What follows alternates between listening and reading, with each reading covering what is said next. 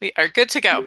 So yes, CKLA is a big change, and we'll be talking about the time it takes to implement CKLA. You know, in K through 2, it is 120 minutes, and we'll be talking about all the CKLA specific components. Um, so CKLA has a recommendation for time, for scope and sequence, and we are working with the district team to support some of the shifts that CKLA recommends. Today, we're going to take the opportunity to learn all about CKLA, and then there will be a follow-up training in about mid-June sometime for additional time with the program and planning with guidance from the district. So that's something to look forward to. I think we're all good with Google Meets. Does anyone have any questions on how to get around on Google Meet? Fantastic. Well, just so you know, and I'm sure you already do, but when I'm sharing my screen, I'm unable to see the chat box, so I'm not ignoring any questions. I just can't see them at that time. Of course, there will be time for questions, so I will be checking in on that chat box, and I'll be checking in on all of you. If you need to use the chat box to, communicate with each other while I'm presenting my screen, go for it. I just didn't want you to think that I was ignoring you. So in saying all that, I'm going to start sharing my screen and let's get started.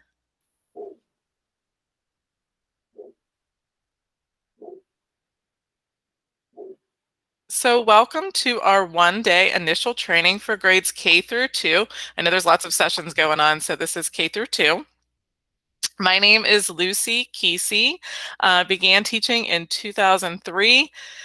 Taught all the grade levels pretty much from pre-K through 6. Thought I would be that math teacher, but I really fell in love with teaching reading, which is what brought me here to Amplify. So I'm really excited to share CKLA with you all.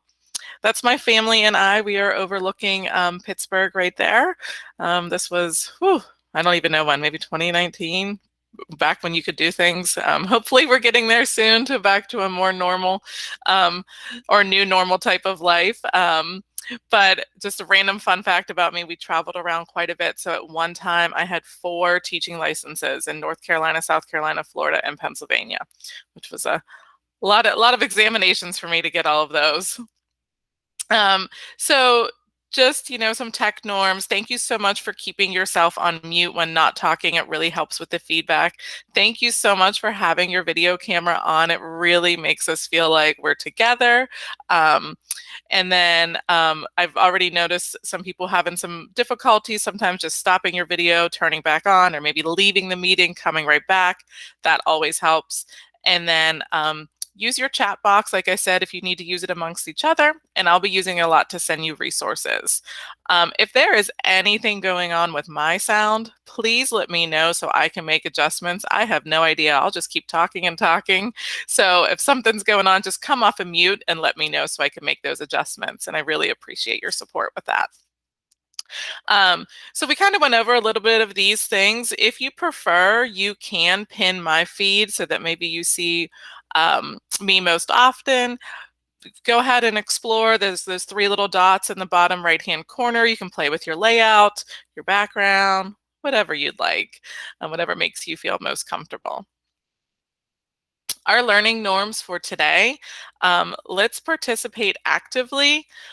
Take care of yourself. That's the perks of these sessions, right? Grab your coffee and snacks as needed. Make sure you have a charger, but please stay engaged. There's a lot of information today, and hopefully you walk away today feeling a little more comfortable and ready to teach CKLA to your kids. And then this is the time where I always just ask for patience. We are truly at the mercy of technology, the Wi-Fi, all the things. So let's just have patience with each other as this remote learning sometimes presents a little bit of a challenge.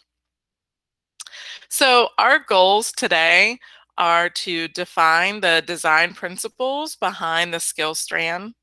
We're going to identify some key look-fors. We're going to practice some implementation of critical components and routines in both the skill strand and the knowledge strand.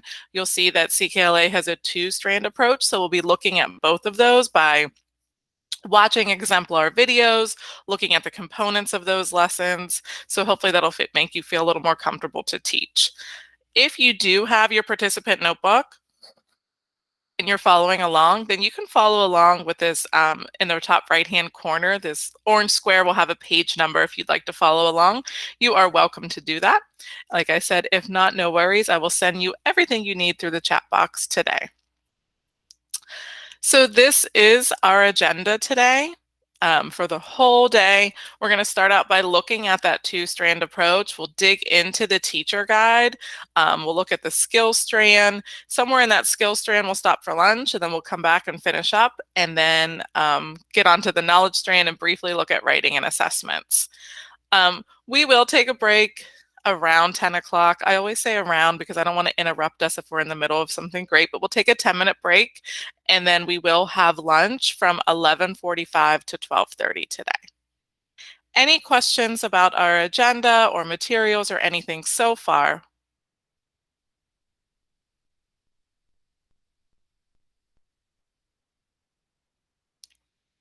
Sounds good. Well, let's get started.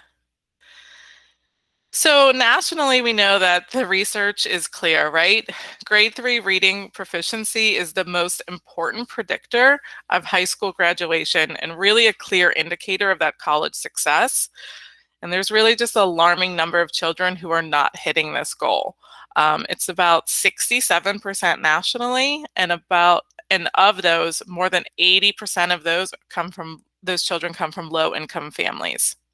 So CKLA wanted to design a reading curriculum to help ensure that all students are reading by the end of grade 3. So let's take a look at that approach in grades K through 2 now. So there you see an equation on the screen there. Does anybody have any idea what R equals D times C stands for?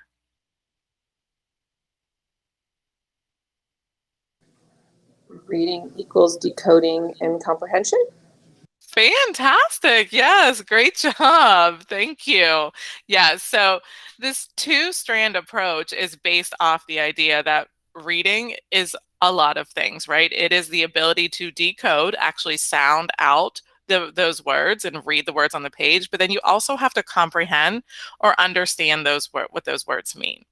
So in K through 2, in order to avoid that cognitive overload for our younger students, the CKLA let me hide that for you. The CKLA skills strand is designed to teach students to decode, while the knowledge strand is there to really build up that comprehension.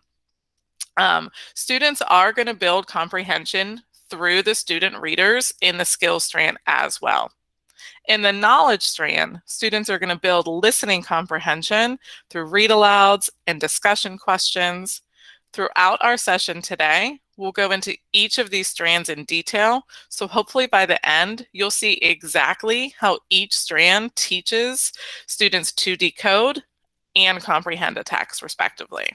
If this is something that you're very, very interested in, which is awesome, there is a lot of information in the appendix of your Unit 1 teacher guide, if you would like to see more of that. So you may have also seen, or maybe you will see more of this image here. It's called the simple view of reading. Hello? Oh, sorry, I thought someone had a question there. So you may see this view again. So this is represented by Scarborough's rope, and this graphic represents the same idea that in order to be a successful reader, students need to have that word recognition to actually read the text, and they need to have that background knowledge necessary to make meaning of that text. The strands of the rope represent the components that go into word recognition and comprehension, all of which are taught through CKLA. So we'll take a look at these strands in more detail using some graphics later on in the session.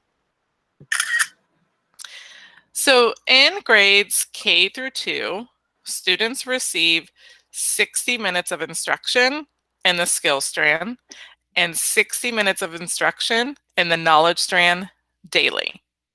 So you will receive teacher guides for skills instruction throughout the year, and then you'll receive teacher guides also for the knowledge instruction throughout the year. CKLA is really an integrated comprehensive curriculum. It includes all components of English language arts block, unlike different ways where maybe you have taught like a reading time or a writing time. This is really truly integrated, everything in this block, which is awesome. So this is just a little snapshot from Ed Reports, just showing you that this program scored an all green, which means all met all high expectations in each category analyzed. This is really just telling you that like an independent source has rated this program very highly, not just me. So hopefully this gives you some confidence in the program, and all you have to worry about is really just truly teaching it. So here we have some, voices from CKLA, some teachers that are actually teaching it and what they have said about it. Do we have any volunteers that would like to read what the kindergarten teacher said?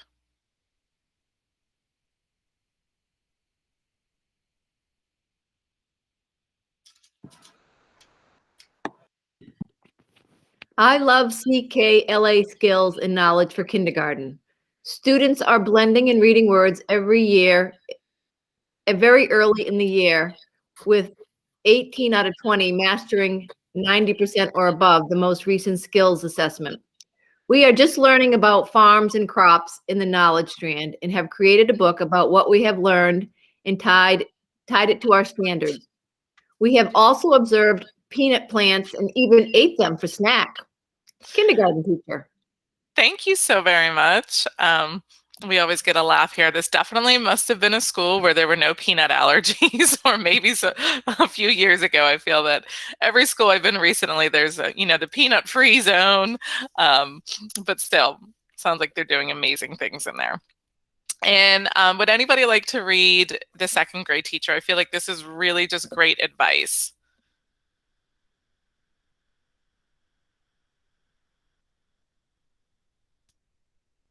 Trust the process of the two-strand approach. If implemented with fidelity, students have an amazing opportunity to be academically successful. Second grade teacher. Thank you so much. I feel like that's really great advice when starting the curriculum. Really, truly, when you're starting any curriculum, you get into the groove and you're excited about it, but then you start thinking, oh man, and you want to go back to your old ways. But I love the way this just says, implement it with fidelity, and then just see what your students can do. Give them this opportunity. So great advice from some teachers that are using it. Thank you for your help with that. I appreciate it.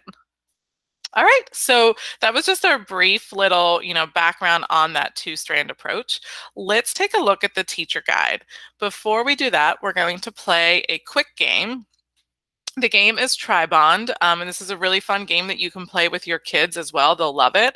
You just show 3 pictures, like the ones you see here, and you ask, what do these 3 things have in common?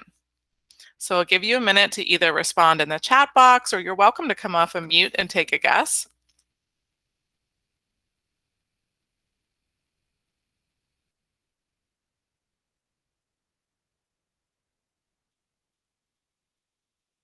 So a car, a camera, and a washing machine. What do they all have in common?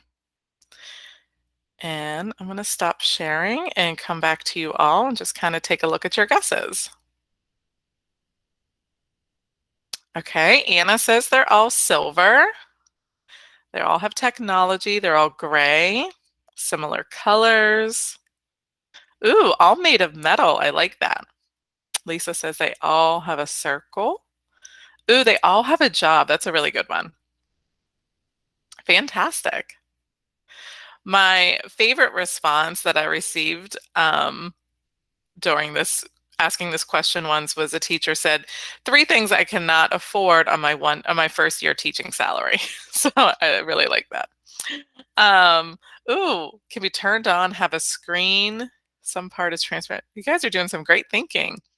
Unfortunately, none of these are the answers that we're looking for. So let me go back to the presentation to just talk to you about these 3 things here. So we said that all of these objects come with manuals that nobody reads. Definitely true of my washing machine. I don't even know if it came with a manual. I just pushed the buttons. My car, no, never. Especially last week when we changed the clocks forward. I haven't even pulled that out yet. I'll just sit there and fidget with it until I get it right. But if I had that camera, I hope I would at least read that manual. So what does this have to do with the teacher guide? Well, we know that sometimes teachers don't read their teacher guides, and I can say that with confidence because I'm guilty. Sometimes teacher guides are just not set up in that format that's easy to read. Like ones I used to read were just written in these long paragraphs, and I was like, what am I supposed to be doing? I love the organization of the CKLA teacher guide. It will set you up for success. This is my plea to you to definitely read it, take the time to read it, because it will, tell you exactly what you need, tell you what you need to do, so that all you have to do is like insert your personality and your kids' personalities, and it'll be great. So let's review our manual before we even get started. So I'm going to share a video with you that's going to walk through the CKLA website, and then also it's going to walk through the CKLA teacher guide. I think you all may have your logins, but if not, today before lunch, I will give you a generic login so that you are able to access the website and play around with all the resources. So I'm going to share I'm going to share the video now, so please let me know if there's any sound issues so I can make adjustments for you.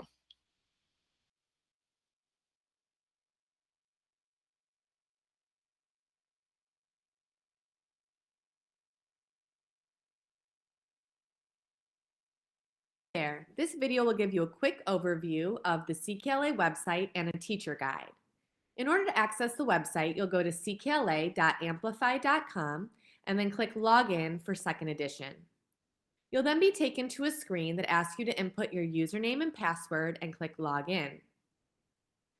Once you're logged in, you'll see your home page, which will show the grade level materials, a multimedia tab, reading resources, quests, writing resources, English learners, and then additional resources.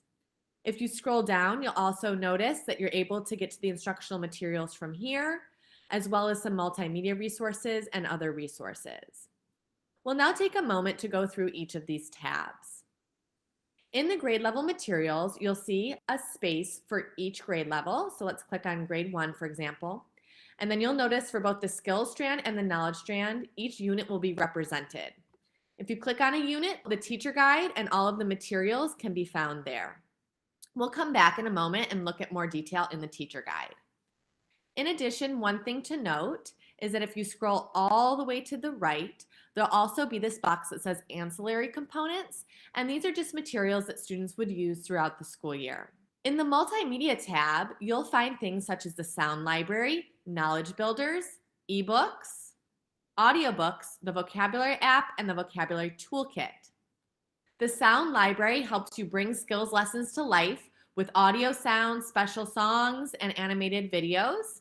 The knowledge builders help to build background knowledge before each domain in the knowledge strand in K-2. They're short videos. Ebooks are the student readers online, and then audiobooks allow students to listen to the student readers. The vocabulary app is used in grades 3 through 5, and then there's also a vocabulary toolkit for additional vocabulary instruction. I encourage you to explore these materials in more detail, and we'll also be reviewing these more in our session. In the Reading Resources tab, you'll see novel guides for grades 3 through 5. Again, you'll see links to the audiobooks and ebooks, as well as a link to all of our student readers in Spanish, and some information on independent reading and social emotional learning, as well as a text complexity guide, essential questions and prompts, and trade book guides. Again, I encourage you to look at these in more detail at a later time. The Quest tab is used in grades 3 through 5.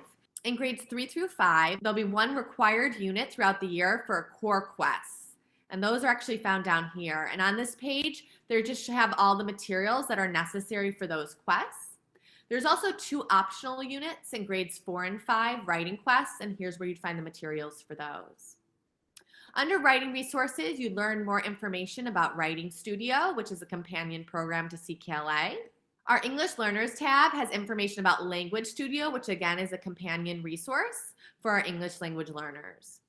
Finally, the Resources tab contains other resources that might be of use to you, such as the program guides, research guides, pacing guides, standard alignment charts, and more.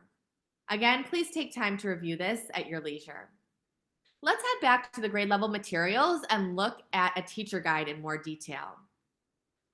The purpose of this overview is just to let you know the structure of a teacher guide. So all of our teacher guides are structured in the same way. I'm going to use the Skills Unit 1 Grade 1 teacher guide as an example, but any teacher guide from any grade level would be structured in this way. So it begins with a table of contents, and the table of contents will show you each lesson and then the activities that students will be doing in each lesson. For example, lesson 1 has foundational skills component, a language component, and then another foundational skills component. You might also see reading or writing here. The table of contents is nice because it gives you a quick glance at what the lesson would be all about. Another important thing to note is that every unit begins with an introduction. So I'm going to scroll down to that piece now. The introduction provides really important pedagogical information for implementing the unit, as well as information on the materials that you would need. So I highly recommend reading the introduction anytime before you start a new unit. Let's take a look at a lesson. Here we are at lesson 1. The first page provides you with the objectives for each lesson component. If you scroll to the next page, you'll see the lesson at a glance, which again shows you the different activities students will be participating in, the grouping, and the time and materials necessary for those components. This advanced preparation section will show you anything that you need to prepare in advance of the lesson. And then finally, we get to the lesson itself, and you'll see there's explicit instructions for the teacher and how to conduct each lesson component. Finally, I'd like to show you a couple resources at the end of the teacher guide. So I'll scroll down there now. First is the pausing point, and this is a time after an assessment where teachers can analyze assessment results and then use pausing point activities to help remediate or extend instruction depending on student needs according to the assessment. You'll see there's many activities and then the page number of where to find them. I'll scroll down to one now so you can see a sample activity. Here's an example. So this activity would be for students that maybe struggled with recognizing and isolating the sounds reviewed in the unit. And this would be different activities they could do on the pausing point days at the end of the unit. Finally, there's a teacher resource section. Let's take a look at that now. The teacher resources section contains materials that will help you to teach the unit. So for example, there's a placement planning sheet, a pseudo reading assessment. You'll find the activity book answer keys here, etc. Thanks for listening.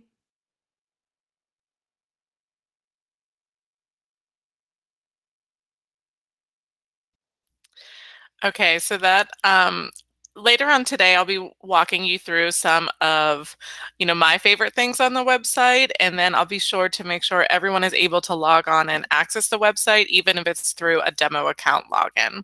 But any questions on that video or the teacher guide?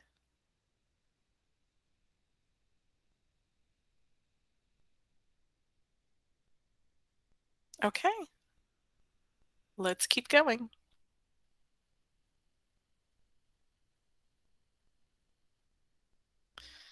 All right, so taking a look at our agenda, we're going to get into the skills strand and the principles behind those. So as we discussed earlier, the skills strand is really designed to teach students the foundational literacy skills needed to learn to read or decode text. We'll be referring to this image right here of a literacy house throughout the session to represent these foundational skills taught in the skills strand. Now, these basic literacy skills that we're going to cover are probably a review for you, but maybe just represented in a new image. So our goal in teaching students these literacy skills is to move students from learning to read to reading to learn. So first, there are going to be some side supports that need to be continually developed as we build our house towards reading to learn. Listening comprehension is students' ability to really make sense of that spoken language. And then vocabulary is that ability to use and understand particular spoken words to express ourselves. Students are going to develop these skills in the knowledge strand, which we'll talk about later on in our session. So the first floor of our house is phonemic and phonological awareness. And this is that ability to hear, identify, manipulate those individual phonemes and spoken words. Phonological awareness is that ability to hear, identify, and manipulate larger parts of words like syllables. The next component of learning to read is just that basic phonics. And this is knowing the system of those letter-sound relationships that are the foundation for decoding words. In CKLA, the basic code is taught in kindergarten and includes most common letter-sound relationships. Next, we move on to advanced phonics, and this is knowing the system of more complex letter-sound relationships, which is taught in first and second grade in CKLA. So once students have that strong knowledge of sound-spelling relationships or phonics, they are able to decode those words correctly and read at an appropriate pace using that appropriate expression, which is our accurate and fluent reading of a text. So finally, students engage in the process of understanding what they're reading independently. Students will have practiced listening comprehension through listening to read alouds, but now the focus is on making meaning of text read independently. Once students have mastered all of these skills, they will be able to read to learn. And this is that light bulb moment that I just fell in love with of teaching reading. So let's quickly just review the progression of how these skills build off one another. So first, students need to have a solid understanding of the sound of a letter or a combination of letters before attaching it to that spelling. This is why that phonological and phonemic awareness is at the base. So that's what you're going to notice with CKLA. It is very much a sounds first approach. Then students are going to move on to mastering that basic phonics, which is those single sound spelling correspondences such as the sound spelled as M. Then they'll move on to advanced phonics, which includes sound spelling patterns like that oi sound spelled O-I. And now after they've mastered that code, they're going to be able to read a text accurately and fluently. And of course, the more automaticity students have with the code, the more fluent they will be. And ultimately, we want students to comprehend what they read. So students are going to use that comprehension and vocabulary skills gained while listening to read alouds and begin to comprehend a text independently. So let's now take a look at the design principles behind this skill strand. If you are following along in your participant notebook, you'll find these pages on 5 and 6, but no worries, if not, I'm going to send you a link with these design principles right here. So in the skill strand, we have 3 design principles. Number 1, teaches the distinction between sounds and spellings using the most frequent or least ambiguous sounds first. Number 2, that systematic practice and reinforcement of code-related skills is necessary for building automaticity. And number 3, directly instructs in the oral language skills, blending and segmenting that underlie and parallel reading and writing skills. So what we're going to do today is we're going to try our first collaborative activity. I'm going to assign a group of people to read one of the design principles and then write a short little summary on a Padlet. So before we get into that, let me give you everything that you need. So I'm going to stop sharing. And the first thing I'm going to send you is a link to the design principles just to make sure that you have them.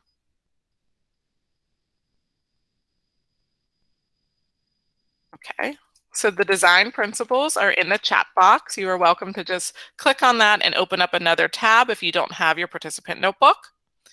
And then the next thing I'm sending you is a link to a Padlet.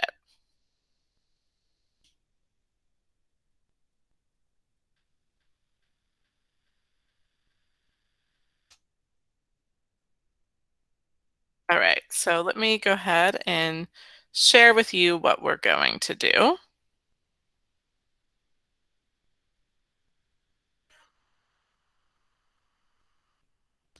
So I'm going to ask kindergarten teachers if you could read Principle 1 read Principle 1, and then you're just going to type a short little summary on the Padlet. First grade teachers, if you could read Principle 2, and then you're going to write a short little summary on a Padlet. And then second grade teachers, you're going to read Principle 3 and write a short summary on the Padlet. I apologize. This is what a finished one will look like. So you would just go ahead and click this little plus sign.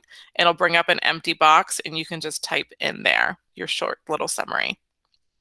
If you are someone that teaches multiple grade levels, please just choose whatever one that you would like. Are there any questions on what we're working on for the next 5 to 7 minutes?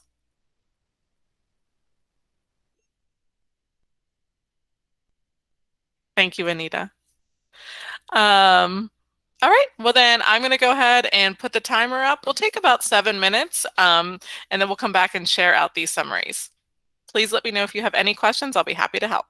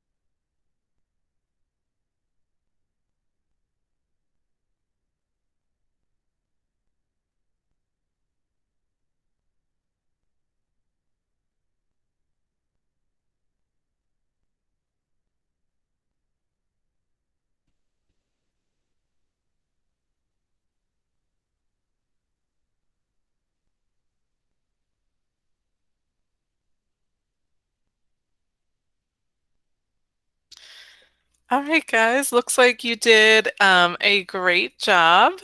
Let's go ahead and share what our summaries here. Give me 1 second. I'm going to share my screen.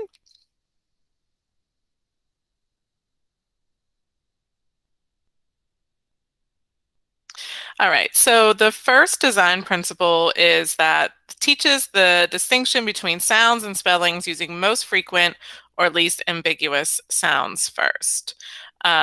So let's start down here at the bottom at some of the work that we did. So CKLA teaches children the difference between sounds and spellings in a systematic way that helps set the foundation for the reading code through 2nd grade. Awesome job. It begins by teaching children how to discriminate sounds and then attach those sounds to spellings. Starts with letter sounds first in simple words like CVC words. As they master that skill, different spellings are introduced. It builds a bridge between sounds and spelling, starts with that basic phonemic awareness and moves to complex spelling of sounds, begins with that phonics instruction from most common to least. It starts off with being simple, then slowly goes into harder sounds as students gain more confidence and automaticity. Fantastic. You guys did a great job. Starts with sound first and proceeds with attaching those sounds to spellings. The first sounds it starts with are basic sounds that have one sound attached. Then it teaches sounds that have multiple sounds attached to it. It starts off with being simple and then slowly goes into harder sounds as students gain more confidence and automaticity in their reading and writing. Fantastic job. Number 2 is that systematic practice and reinforcement of code-related skills is necessary for building automaticity. Would anybody like to come off of mute and read this one for us?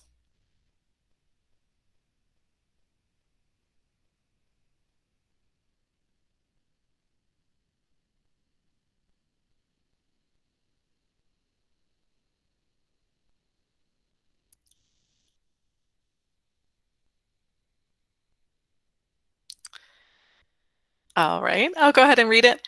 Every lesson has basic sound spelling activities like writing, spelling, and word level reading and sorting, chance to practice through independent or group reading and writing. I love this one because it got a comment here. For each piece of phonetic code that is taught, it is given ample practice across multiple parts of the program. This is necessary for the automaticity. And I love that someone added in here that the student readers provided are critical. Yes, very good. All right, number 3 is that it directly instructs in the oral language skills, blending and segmenting that underlie and parallel reading and writing skills. Let's start down here at the bottom. Would anybody like to read that one, please?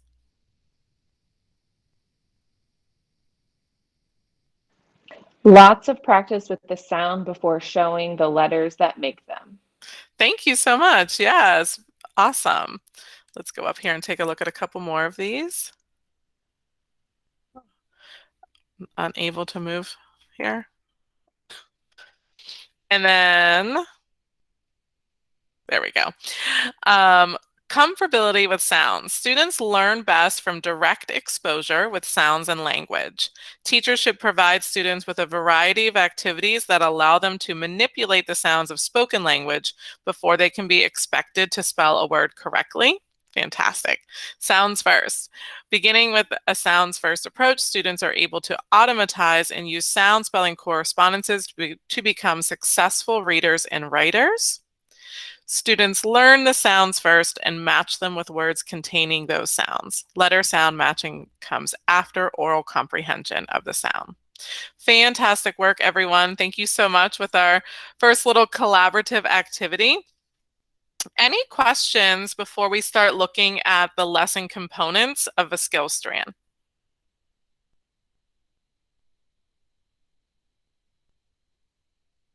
All right, well then let's keep going.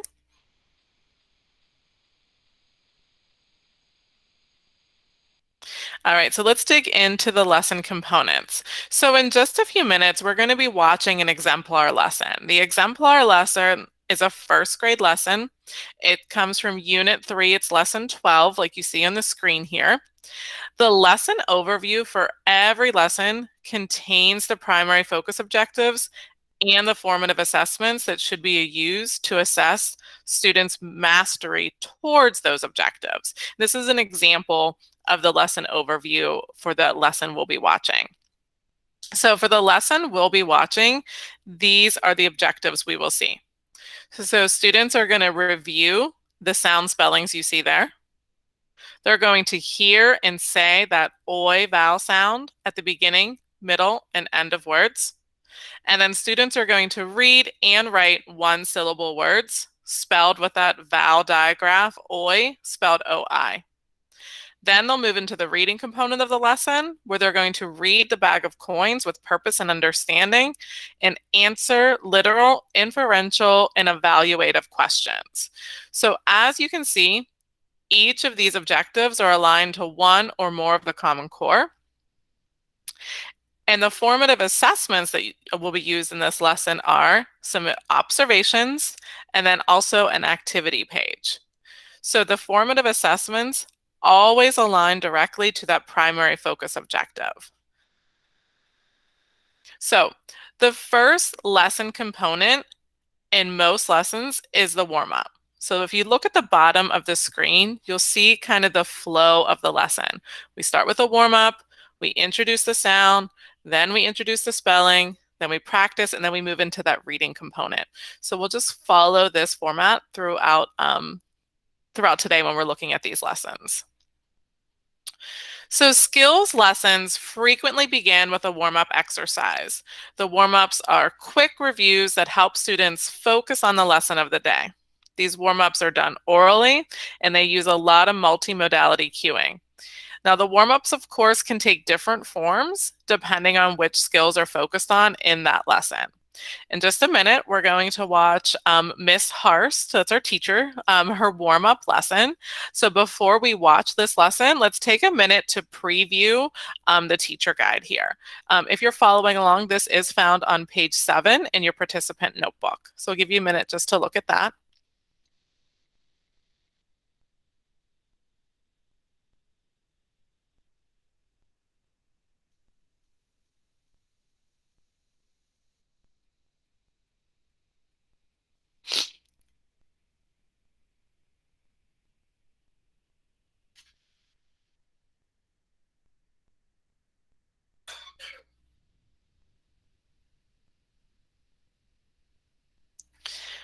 What I love about the teacher guide, it gives always a suggested timing. So the suggested timing is 10 minutes. We're just going to watch about 1 minute little video of the lesson. So when we're watching the lesson, we're going to be thinking about these 4 questions. What design principle is demonstrated? Those are those 3 design principles that we just went over. What foundational skill do you see the students practicing? That's that literacy house.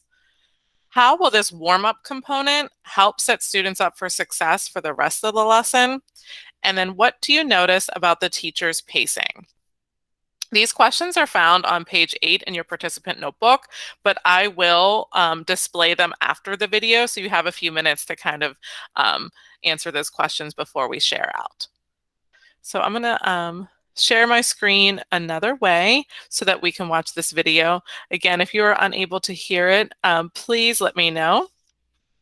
And then Beth, I'm sorry, I didn't know you needed that participant guide. I'm going to put that in the chat box for you. Anyone needs a link to the participant notebook, it is in the chat box. All you have to do is click on it, and then it will ask you to download. It happens very quickly, though.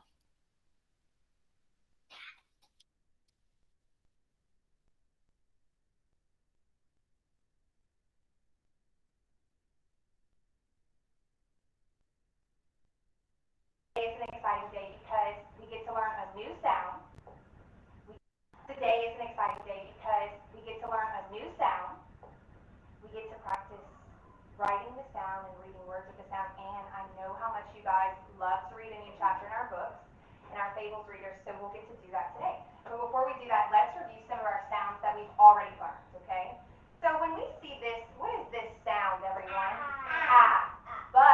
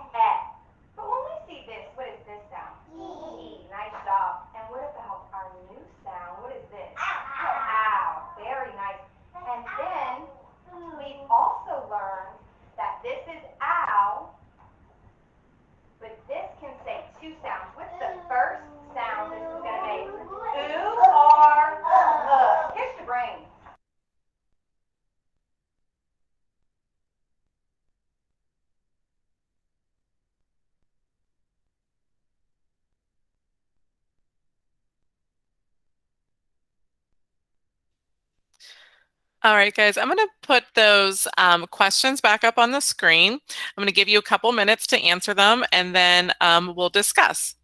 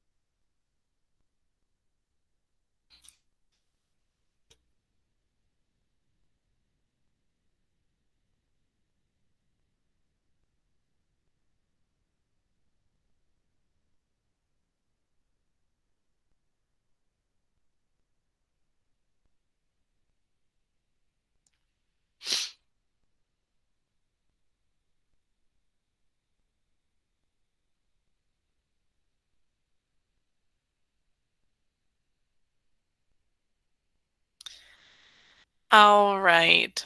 No worries if you are not finished. We're just going to discuss these together. So number 1 asks you, what design principle is demonstrated in this lesson component? If you have your Padlet pulled up in a tab, you can reference that, or even in your participant notebook on pages 5 and 6. Does anybody want to take a guess if it's number 1, 2, or 3? Feel free just to hold up your fingers. Great job. Seeing lots of number 1s. Yes, teaches the distinction between sounds and spellings using that most frequent or least ambiguous sounds first, because students here are reviewing a more common vowel spelling before learning a less common vowel spelling. So great job. Number 2, what foundational skill is being practiced? And that is those floors of the house, that literacy house we talked about.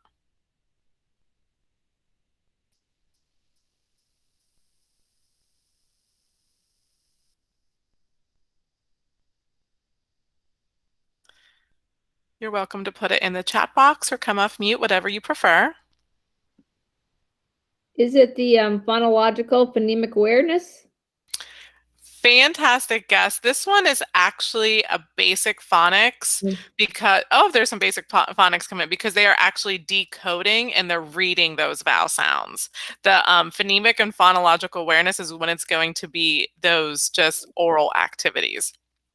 But Okay. great guess. Thank you so much. And then the next question here is asking about, sorry, I don't have it pulled up, is how will this component help set our students up for success with the rest of the lesson?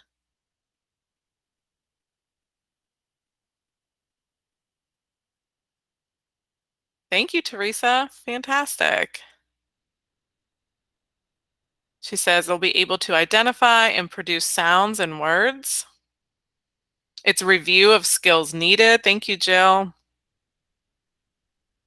Yeah, great job. In this lesson, students are going to learn that oi sound, spelled O-I. So before learning this more advanced vowel sound spelling, they're reviewing some basic vowel sound spelling correspondences. And we're getting some great answers in the chat box here. They're going to be able to identify and decode words because of this practice. Great job. And then the last question is asking about the teacher's pacing. Does anybody want to come off and mute and share about that?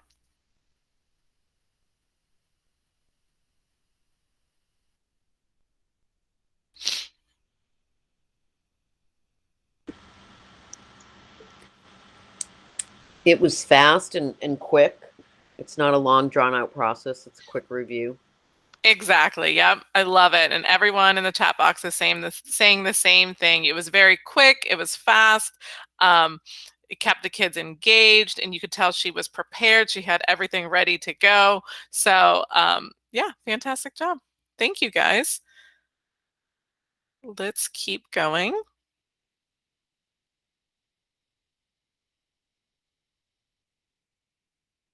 So in just a minute, we're going to watch a warm-up specific to your grade level. I'm going to send you some videos and you're going to watch your grade level specific warm-up. Before we do that, I'd like to model some common warm-ups that you'll encounter definitely in kindergarten and first grade. Second grade, you won't see so much of this, but it's really good background knowledge for you to have, so you know them when students are coming up to you, some of these strategies that they have, and also it'll be really good for your students that need any remediation to use some of these. So let's take a look at some of the different warm-ups that you're going to see. So the first one and the simplest is really some blending that you're going to encounter, some blending some syllables together.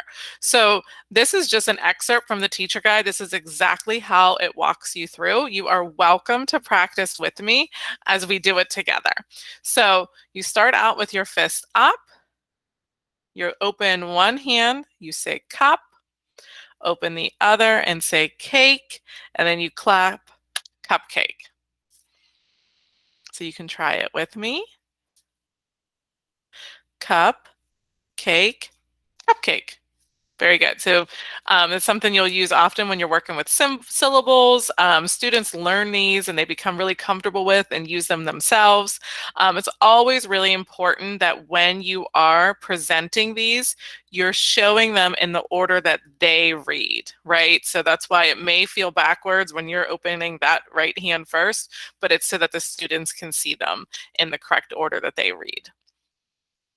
So the next one that you'll see is some more blending, and this is using the arm. So I'm going to try to show you here. We're blending the sounds in mouse. So you're going to start at your shoulder.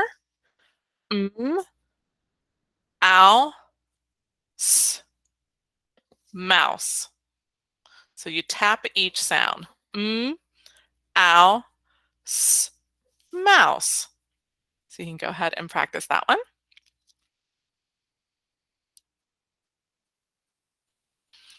This is one of my favorites. I actually use this one a lot. I think it's just really easy to kind of tap it out and show it. The next one, we're going to see some segmenting with our fingers. So let's take a look at this one. So you're going to hold up your fingers. The word is go, and we're going to segment each sound. So we're going to say the word first, go. Go. Oh.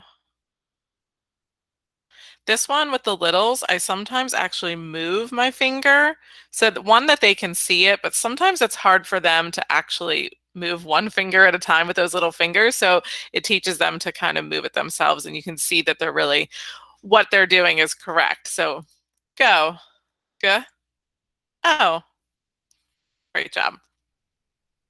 And then the last one that you'll see a lot of is some more blending using fingers. So we have the word, we're going to do big, right? So b, I, g, big. B, I, g, big. Fantastic. What I love about the teacher guide is it shows you exactly how to do it and kind of walks you through it. It's important to remember that this aligns with that design principle of directly instruct in the oral language skills, blending and segmenting that underlie and parallel those reading and writing skills. All right, so we are going to preview some lessons at your grade level. So if you have your participant notebook, you are welcome to open up to these pages.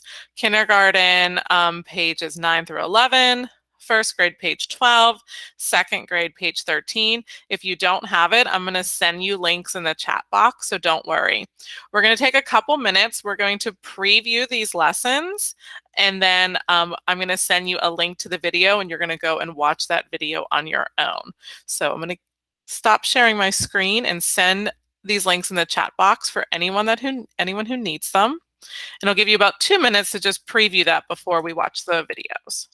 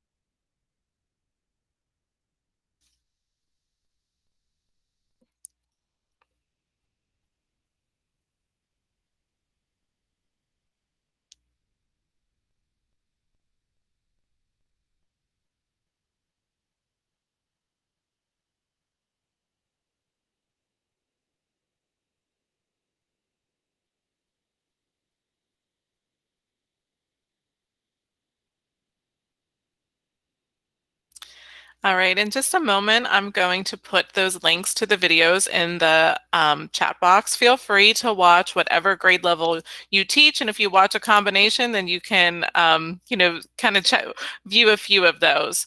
Now, just wanted to let you know that these videos are not done in the classroom. These videos are done at home. We were just about to get out and get more videos of some awesome teachers, and then COVID happened and school shut down, and we still have not been able to yet to capture some more videos, but these are some at-home teachers. But it's still a great way to just see another teacher teaching your specific grade level warm-up. While you're watching, just watch for, is the teacher, teaching the lesson as intended, and what is her pace? So I'm going to go ahead and put those links in the chat box for you. Kindergarten, you do have two, but they are two very quick warm-ups. So we will meet back here in about 5 minutes and share out anything that we'd like. Thank you.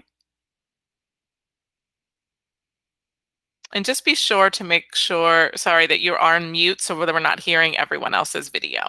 I appreciate your support with that.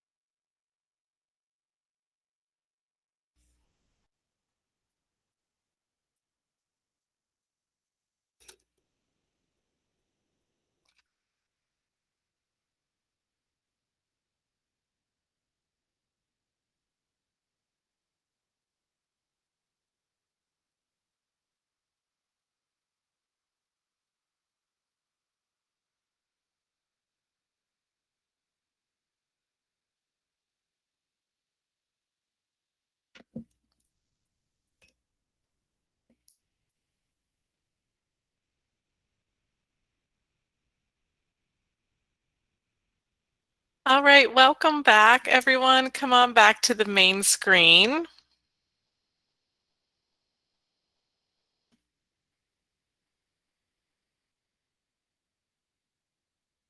All right.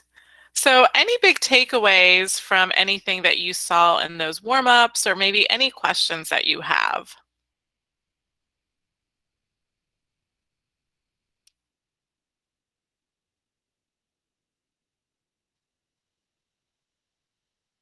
In kindergarten, you probably noticed that they were, practicing that blending of syllables. In first grade, the rigor increased and students are practicing blending and segmenting with their fingers.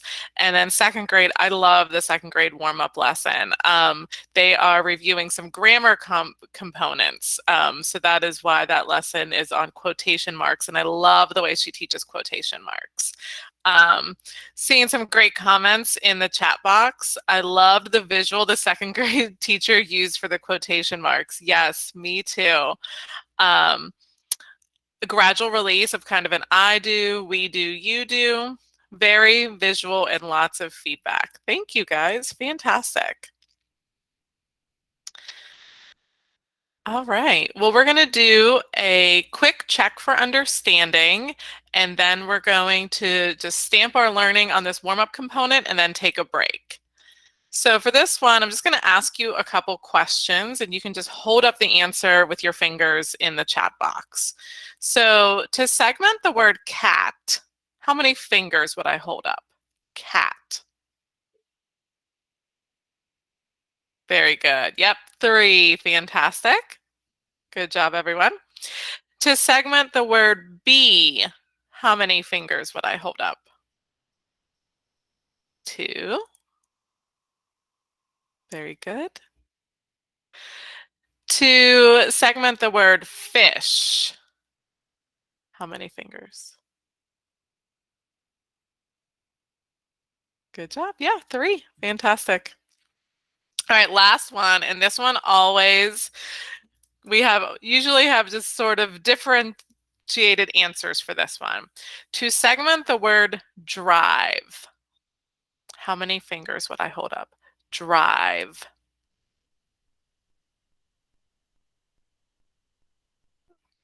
See, I always get so many answers. Wow, you guys are doing fantastic. I'm seeing lots of 4s, which is the correct answer, right? Because we have D, R, I, V, right? Some participants say that DR is a blend and should be considered one sound. However, there are 2 distinct sounds in there, right? So that's how CKLA teaches blends in this way. Fantastic work, everyone. Let's take a quick look. We're just going to do a quick little review before our break. So remember, these skills lessons frequently begin with a warm-up exercise. The warm-ups are quick reviews that help students focus on the lesson of the day.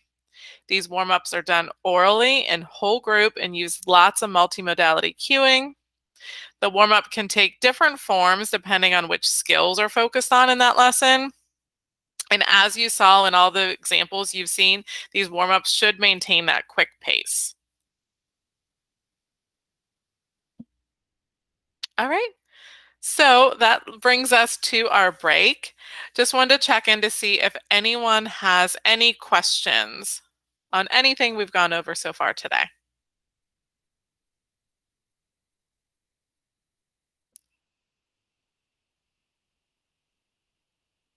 All right, well, it is 10:04.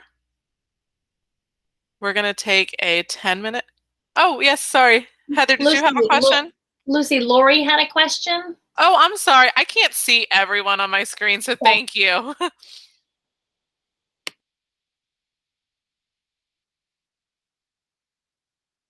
So I just wanted to let you know none of the videos are captioned, so I'm unable to access them at all. They're not captioned. So just maybe for the higher ups, if they could add captioning next time, because really they're virtually useless to me at this point because the interpreters are actually on separate devices because they can't see everybody at the same time. So Lori can't see both interpreters. So both Karen and I have iPads or phones that we're running at the same time. So. Okay. yeah, the videos that you have them watching independently, they're not captioned, so we can't hear them, so we can't provide access. So therefore, they are inaccessible to Lori. Thank you so much. I'm gonna on the break, I'm gonna make a quick phone call and see if there is a quick way to get captions on this somehow. I don't have any of it. Let me ask around to see before we come back. So I'm so sorry, and thank you for letting me know. Not a problem. Thank you for Thank hearing you. me out. Sure. All right. Any other questions? Fantastic. All right, guys, it is 10:06, so we're going to take a 10-minute break. So if you want to come on back around 10:16, and I will meet you then. Thank you so much for a great morning.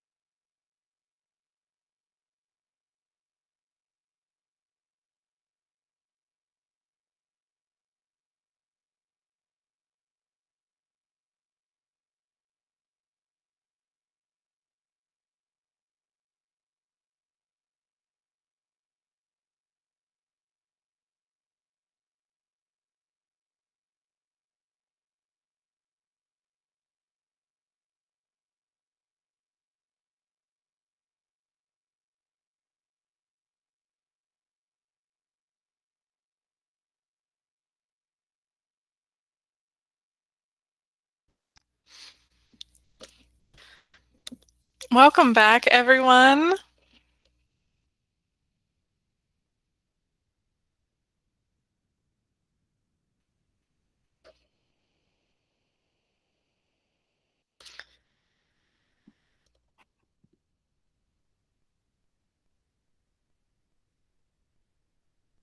Just go ahead and give me a thumbs up or a hello in the chat box when you're back.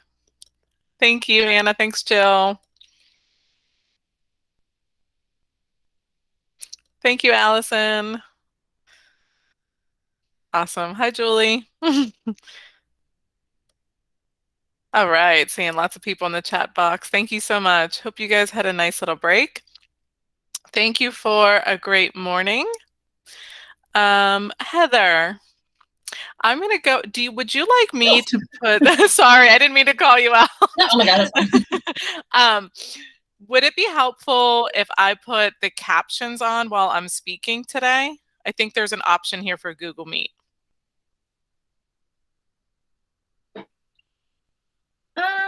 I'm interpreting this to Laura. Yes, you can. Obviously, I'm going to use interpreters because that's my preferred mode of language. But yes, the caption would be beneficial. Fantastic. And then when I'm showing the videos, I saw on YouTube that there is a closed caption option on those videos. So when I'm sharing the videos, I will put that on. And then when I send the video links to you, you can maybe put those on for whatever grade level specific one you're watching. Okay, but not on, it wouldn't be on what you're presenting. Like if you're sharing, I would have to watch it separately on YouTube. No. When I share, I'm going to enable the closed caption on the video. Okay. Okay. Hopefully that will help. Thank you. It does. You're so welcome. I appreciate you helping me through all this too. All right, guys, welcome back, everyone. I appreciate your hard work this morning.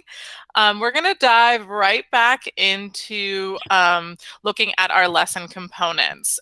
Before I start sharing my screen, just wanted to see if anybody had any questions.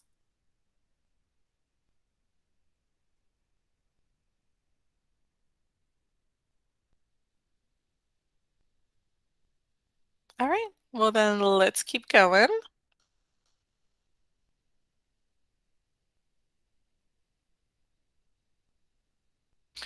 So after the warm-up in a standard code lesson, you will introduce the sound and then the spelling focus for the day. So we're going to take a deeper look at this portion in just a minute. Before we do that, let's just do a quick little activity. On the screen, you see the E sound. How many ways do you think you can spell that E sound?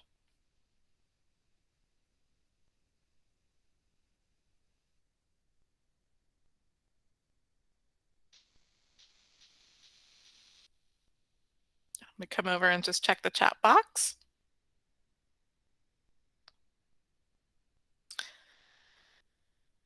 Three, very good guess. 7, 5, 3, great guesses.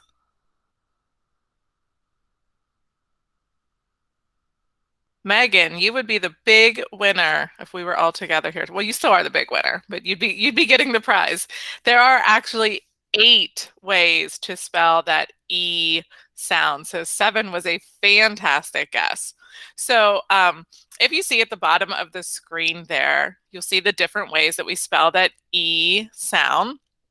And this is the order that we teach these sounds. Why do you think we would teach E spelled E-E, like in the word bee, before we teach E spelled E, like in the word me? Why do you think we would teach E-E first?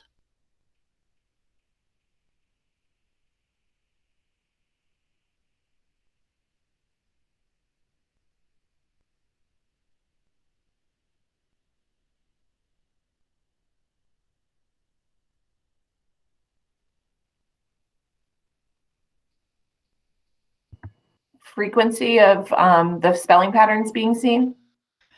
That is a fantastic guess because we talked so much about that, right? But actually, the reason that we're going to teach this E first is because E and me right here, that just E spelled E, can also make that eh sound, right? That short E sound. So we're going to start with that least ambiguous spelling of E first. But fantastic thinking. Thank you so much for your participation. Let's now take a look at how CKLA explicitly teaches these sound spelling correspondences. So as you know, CKLA uses that systematic phonics approach that teaches students to read by blending sounds. The sound first approach teaches the most frequent sounds or the least ambiguous sound spellings first so that students can access this connected text more rapidly. In this lesson component, students are introduced to the sound that is the focus of the lesson, then they learn the spelling of it. So in just a minute, we're going to jump right back into Ms. Hart's classroom and watch this component. And before we do that, I'm going to give you an opportunity to preview the lesson, really paying attention to the sidebars, just everything that's in here. This is found on page 15 of your participant notebook. Please let me know if you'd like me to send a link to that again, but I'll give you about a minute or two to preview before we watch the video.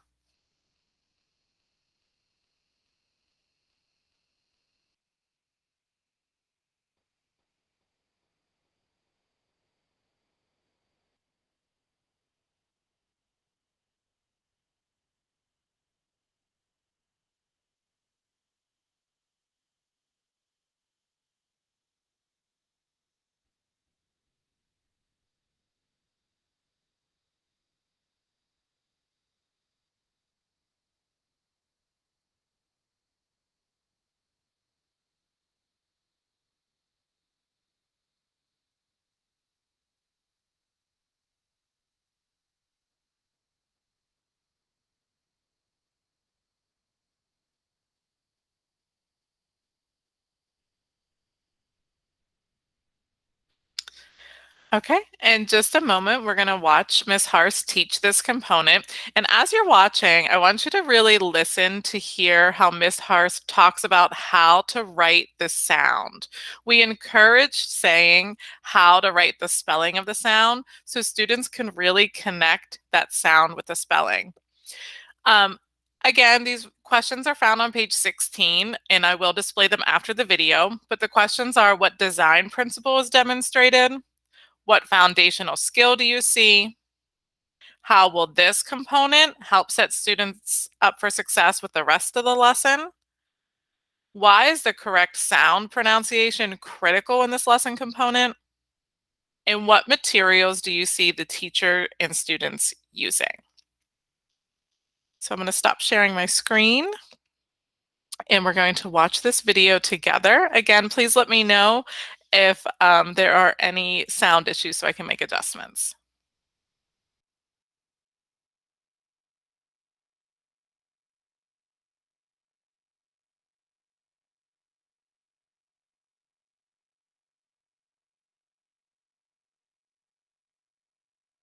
All right, so today we are going to learn a new sound. Are you ready? Open up your ears. The new sound we're going to learn, Stella, is the oi sound, as in oil. Can you say that sound with me? Oi. Let's stretch it out. Ready? Oi. Let's stretch it out vertically. Ready? Oi. Let's do it horizontally. Oi. And diagonally. Ready? Oi. Very nice. Let's say oi in a monster voice. Ready? 1, 2, 3. Oi. Let's say it in a mouse voice. Ready? All right, one time. Good job. All right, so listen. I'm going to say some words that have oi at the beginning. And when I point to you, I want you to repeat them. Ready? Oil. Oil. Oink. Oink. Oyster. Oyster. Good. All right, that was good. We heard it at the beginning. Now, where do you think we're going to hear it, Alex? In the middle. Very nice. Ready? Repeat after me. Coin. Coin. Join. Join. Point. Point. Coil. Coil. Boil. Boil. Okay, you heard it first.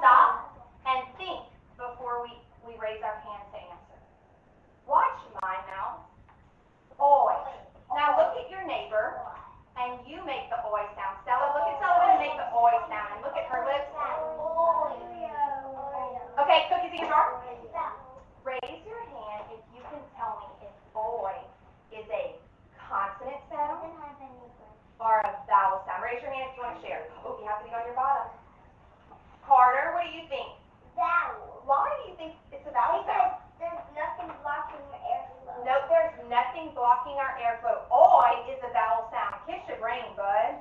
I'm going to show you guys how to write the oi sound. Are you ready? Ooh, let's see if you're right. Let's see. When we write the oi sound, we start right underneath the middle line. We circle left. We lift. We start on the middle line, short line down, lift, dot on top. This is what sound, everybody? Oi. Watch me one more time.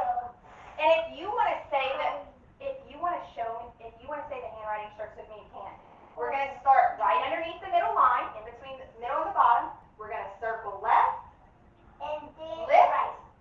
We're going to come to the middle, short line down, lift, dot on top. What sound is this? Oi. One more time, and you're going to have a chance to write it. Ready? I'm starting in between the middle and the bottom line. I'm circling left, lift, start at the middle, short line down, lift, dot on top. What sound? Oi. All right, get your two fingers out. Let's skywrite it. Ready? Two fingers out.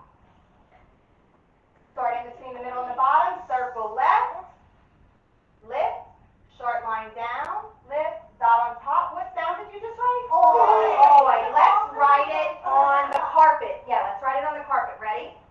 Circle left, lift, short line down, dot on top. What sound? Oi. Now show me your forearm. Where's your forearm? Right here. Right here. Let's write it on our forearm. You ready?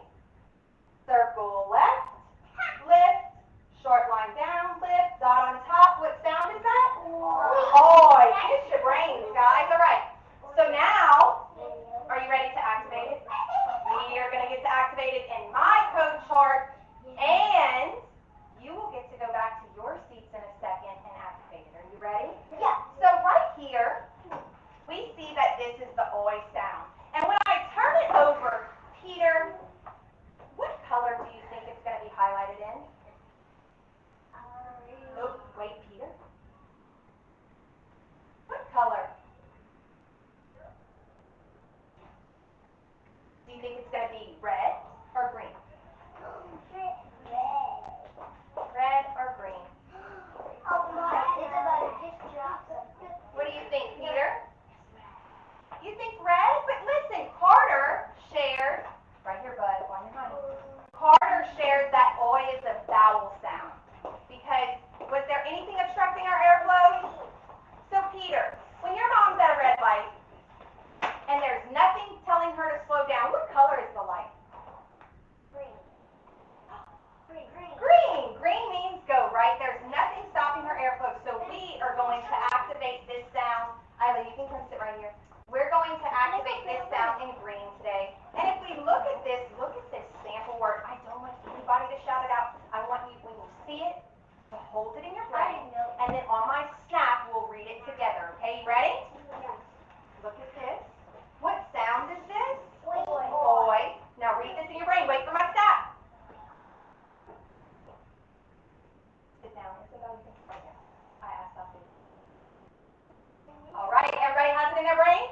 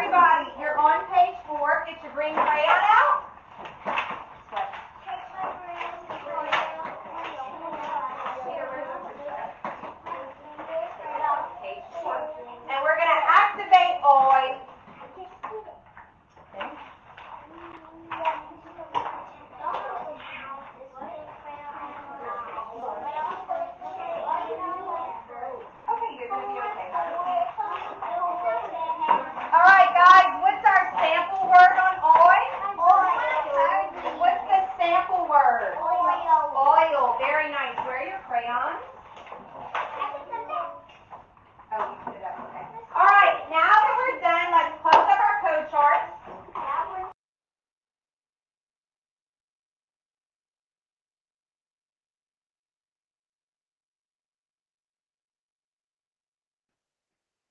Okay, I love that video. It's just such a real classroom.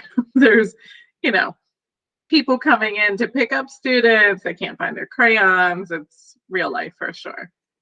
I'm going to go ahead and display those questions. I'll give you a couple of minutes to just reflect on those, and then we'll share out all together.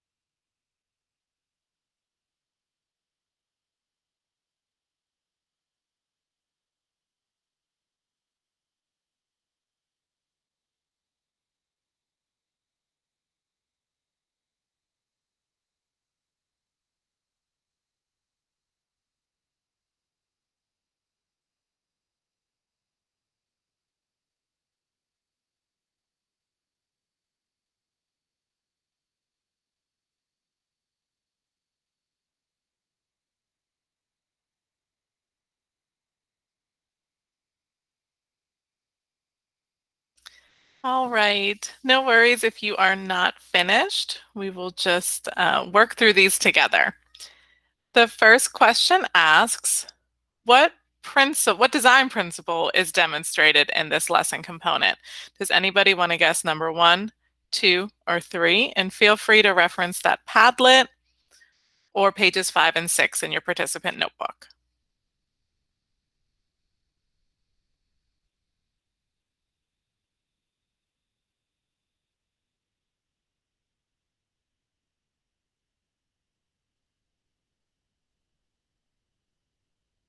Great job. I'm seeing some 1s and 2s. Fantastic. Yes, it is number 1.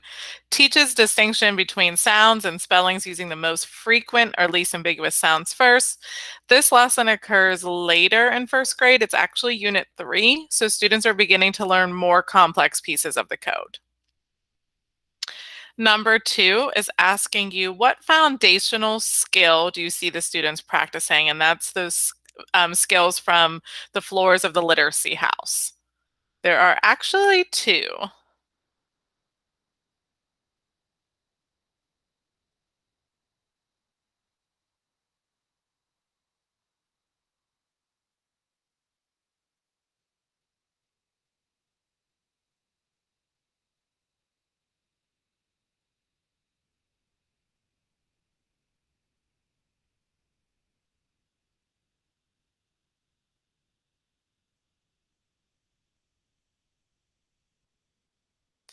Great job, everyone. Yes. In the beginning, students are practicing that phonemic and phonological awareness because there is no print in that beginning part. It's just an oral practice. So that is definitely that first floor of the house. And then once she introduces the print, when she introduces that spelling, it becomes that basic phonics. So great job. I saw lots of really good guesses in there. Fantastic. The next question is asking, how will this component help set students up for success with the rest of the lesson?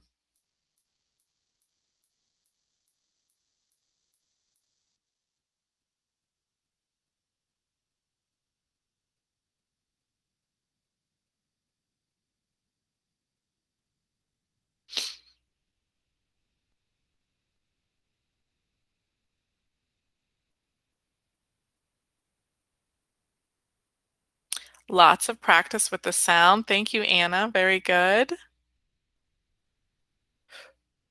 Absolutely. So this part, oh, I'm seeing some great things pop in the chat box as well. This part is really giving that direct instruction on the phonics pattern for this lesson. So this is going to set students up for success on the workbook page that they'll be doing next, where they're going to be decoding and encoding words with that particular spelling pattern. And then after that, they're going to be decoding words in their student reader. So this is really giving them that direct instruction. Great work, everyone. And then why is correct sound pronunciation critical in this lesson component?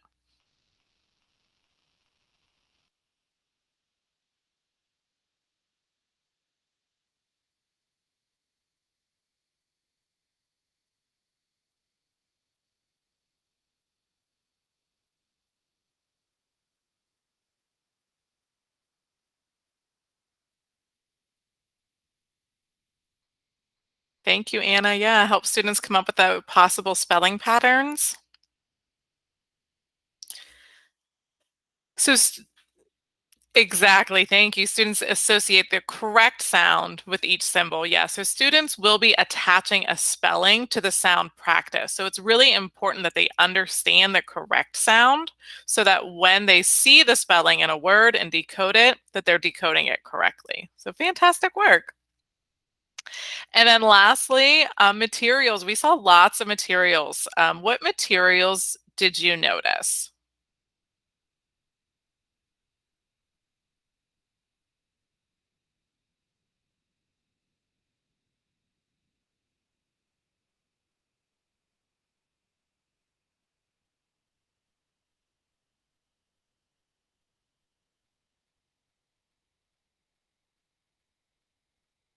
A sample word. Joanne says, not clear about the green. We're going to actually go into the color coding of those sound vowel cards next. A sample word. You definitely saw some sound cards. You saw Miss Harst using a sound flip book. And then you saw the students working on some individual code charts, which we're going to go over these materials next. So great job, everyone.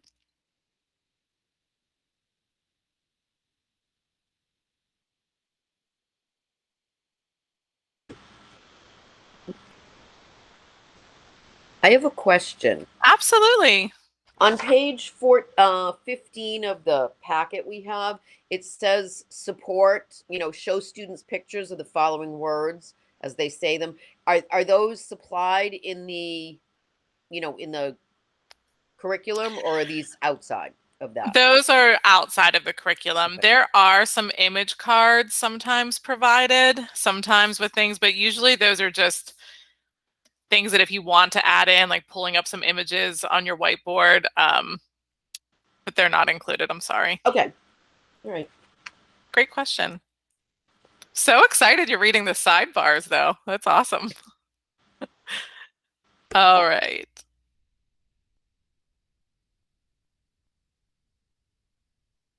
So just a quick review.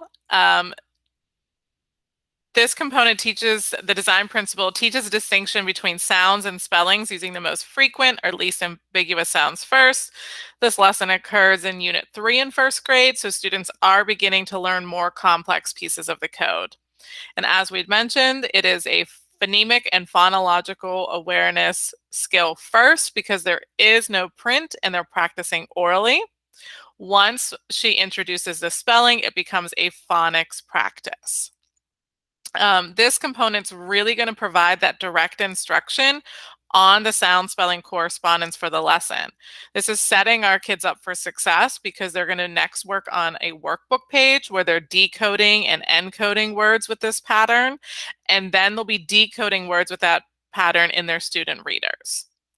And then our correct sound pronunciation is really, really critical because they're going to be attaching a spelling to the sound practice. So it's important that they can articulate the correct sound so that when they see the spelling in a word and decode it, they're decoding it correctly. And I love the way Ms. Harst really takes the time to stretch out the sound with them, and they get a lot of practice of the students doing it. So I love that part. Okay, so let's take a look at some of the materials that we saw there. In the video, you saw Ms. Harst using the vowel code flipbook as well as a spelling card. On the left-hand side is a picture of the OI, spelled O-I spelling card. Now, these cards are used when you are introducing a sound spelling correspondence to students. All vowel sounds are going to be written in green because when you say vowel sounds, you let air go out of your mouth. So go ahead and just practice if you'd like. Oi. Oi, your mouth is open, right? Now, all consonants are going to be written in red because the airflow stops. So you can just practice with, let's practice with M.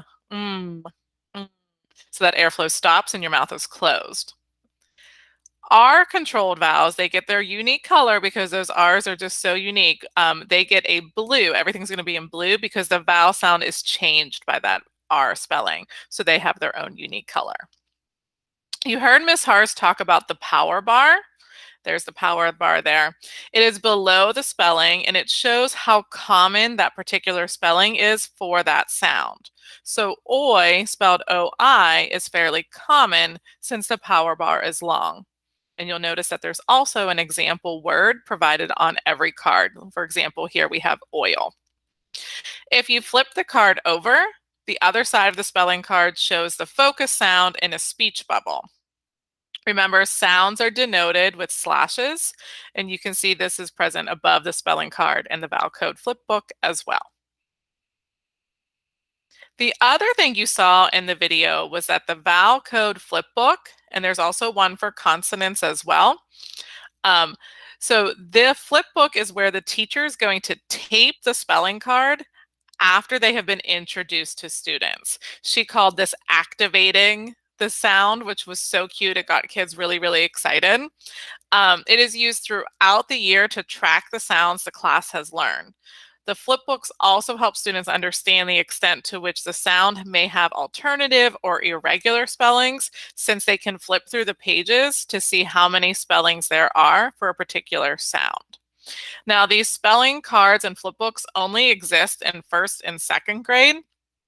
Kindergarten, you will use sound posters that you'll display on the wall after you learn each sound spelling correspondence. And we're going to take a look at those on the next slide.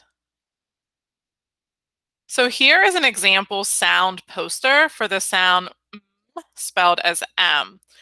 After introducing a new sound spelling correspondence using the sound poster, the teacher displays this on the wall. Now, this is going to allow the class to track all of the sound spelling correspondences they have learned over the course of the year. They can also be used for students to reference when they're reading and spelling, decoding and encoding.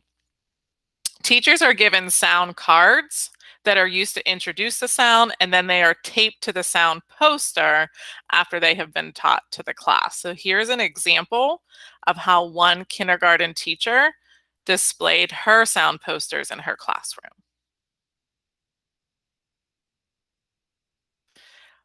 Back to Ms. Harst's lesson. You also saw students using their individual code charts. I love the individual code charts. The image on the left-hand side is what the cover of the code chart looks like, and the image on the right is what a page on the inside looks like, and that's actually the page they were working on. Every student in first and second grade has their own individual code chart. After learning a new sound spelling correspondence, Students are going to trace that particular correspondence in their individual code chart. They'll trace the vowel sounds in green and consonant sounds in red to correspond to the colors used on the spelling cards. This is a great document to have students use to refer when they're reading and writing or spelling independently to help them decode and encode these words. Now, this is something I'm using right now with a student I'm working on.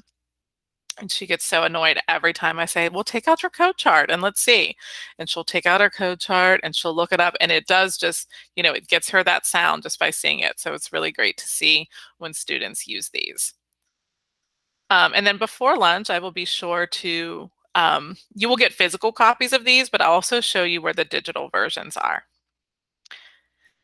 Now let's take a minute to talk about our sound library. This is one of my favorite tools that you have on the website. So if you remember in the beginning of our session when I was showing you the video of the CKLA website, they mentioned the sound library to help with correct sound pronunciation, since this is so critical to really hearing in CKLA those important sounds. Now on the website under the multimedia tab, you will find the sound library. Let's take a closer look at it, and then I will go to the website to show you where it is. So for each sound spelling correspondence, like oi, there's going to be a sound, a video, and a song. So the sound will just play the sound. The video is a little video that goes with it. I'm going to show it with you. I'm not sure if the sound will come through. So if not, I can show it to you when we get to the website, but I'll show you a few seconds of the video.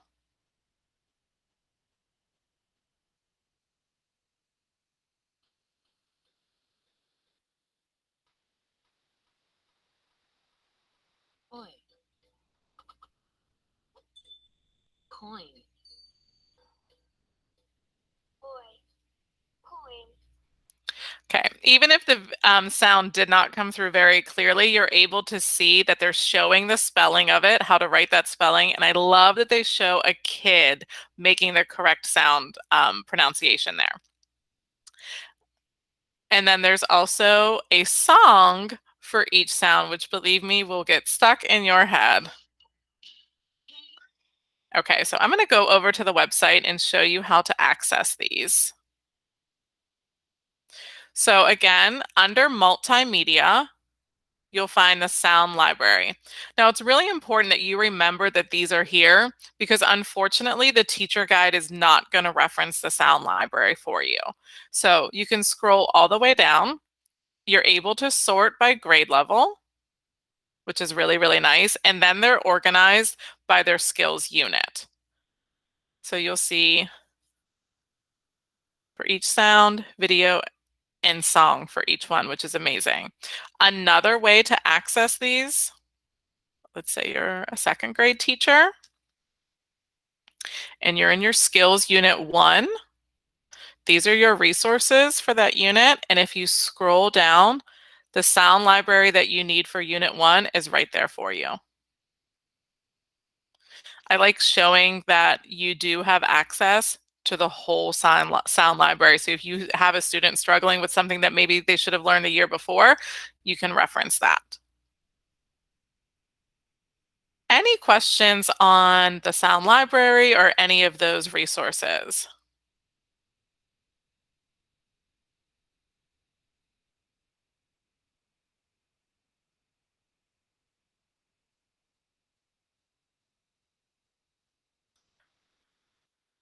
Joanne, I don't know why the vowel is red now. For the kindergarten poster? That's a great question. Yes. I'm going to ask around about that. That's a great question. Why didn't they differentiate between oi and oi spelling? Because today the focus was really, or not today, but the lesson was only focusing on that oi spelled oi, and then they'll get to that oy as well.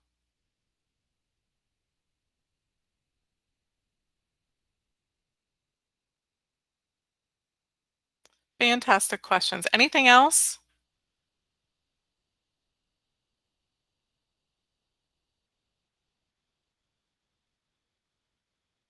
Okay. So in just a couple minutes, you're going to get a chance to look at a grade level specific video of introducing the sound and spelling, just like we did for the warm up. In the second grade video, they're going to reference spelling trees. So I think it's really important to talk about spelling trees since these are used in first and second grade. And they're also just really good for kindergarten teachers to see what you're preparing your kids for and what they move to. So spelling trees start in first grade. They start in Unit 5 and they start in second grade in Unit 3. And these are just really a great way for students to visualize all of the spelling patterns for one particular sound. So as a teacher, what you're going to do is you're going to pre-make the tree with branches. And then you'll work with your students together to add leaves to these branches. The length of the branch hopefully may reflect the power bar on the sound card. So maybe the longer the branch, the more common the spelling. Now, these trees can be left up as a unit resource for you to use as you wish. So this teacher here on the left is just choosing to maybe make one on a flip chart. Maybe she hangs up the flip charts. Maybe she just has like a big flip book of them. This teacher here is using a whole bulletin board and just probably keeping these up all year long. It's really your choice and how you choose to display these, and I guess really how much room you have in your classroom. And again, there is in the teacher guide a template of what the tree looks like, and this is what that template looks like, is this tree here. But feel free to get as creative as you'd like. We see some beautiful spelling trees. I'm more of the simplistic person over here, so this is what I would be doing, but I always like to encourage people to use your creativity when they'd like. So let's take a look at the one on the left. It is the tree for the J sound, right? So the branches are going to show the different ways to spell that J sound, like J, G, E, and G. So students will be given leaves with different words. They're asked to read the words and then put them on the branch that corresponds with the spelling in their word. So you'll notice that on the tree, there is a branch that says odd ducks. And these are for words that make that J sound but aren't spelled using any of the spellings on the tree. So as you can see, there are just no odd ducks for the J sound. Now, it seems a little like confusing or overwhelming just by this little explanation, but the teacher guide always walks you through everything. And these are just such a great resource for our students.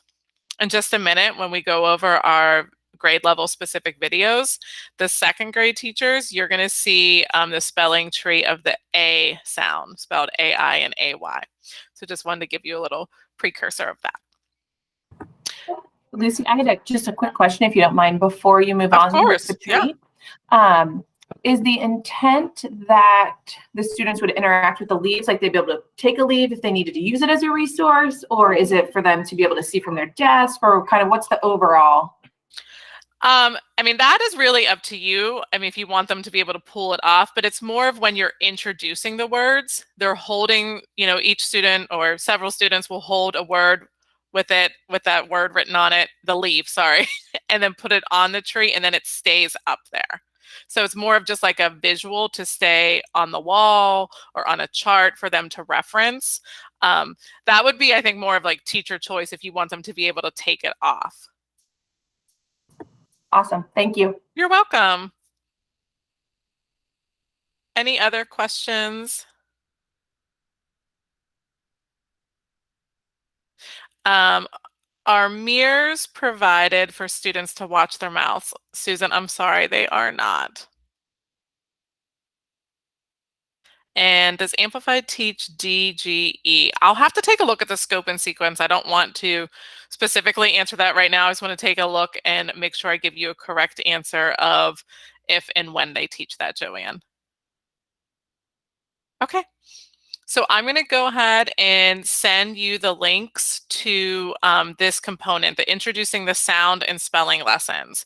Everyone is going to be watching a Unit 3 lesson.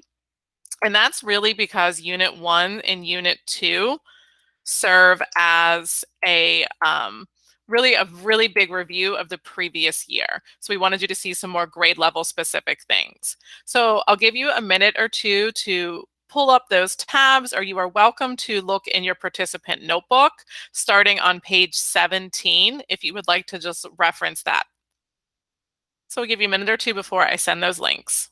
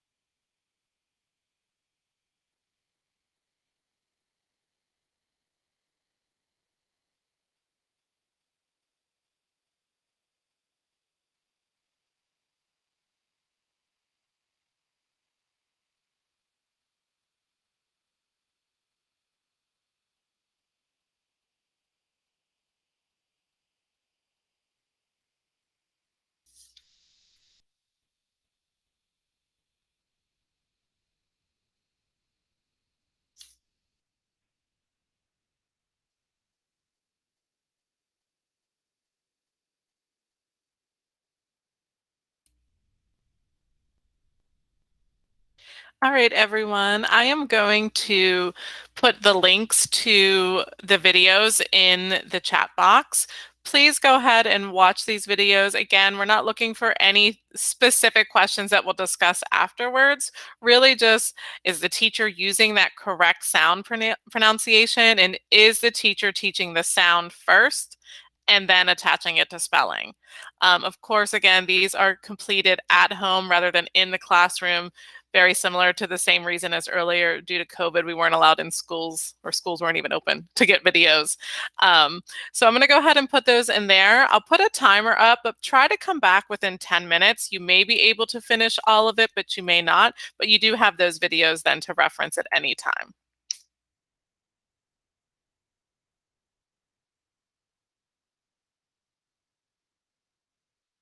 And hold on one second. I think I apologize. I put links to the lessons again. Here come the videos now. The wrong copy and paste. I apologize. There we go.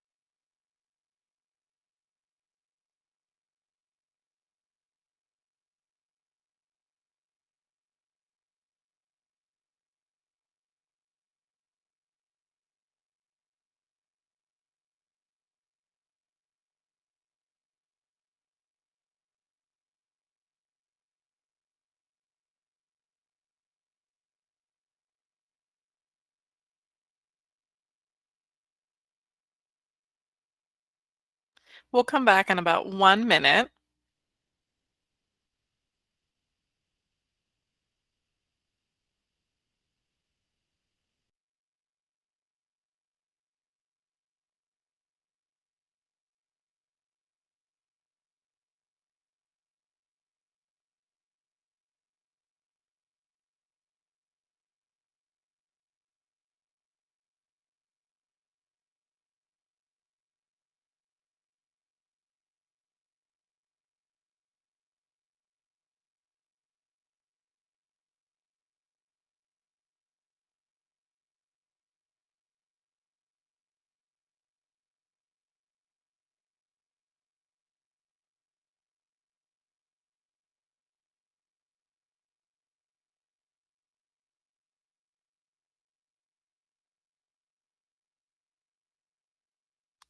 All right, welcome back, everyone. Hopefully that gave everyone just almost enough time to view their whole video. Hopefully you noticed the teachers introducing that sound component first and then introducing the spelling. Any big takeaways or any questions from the video that you watched?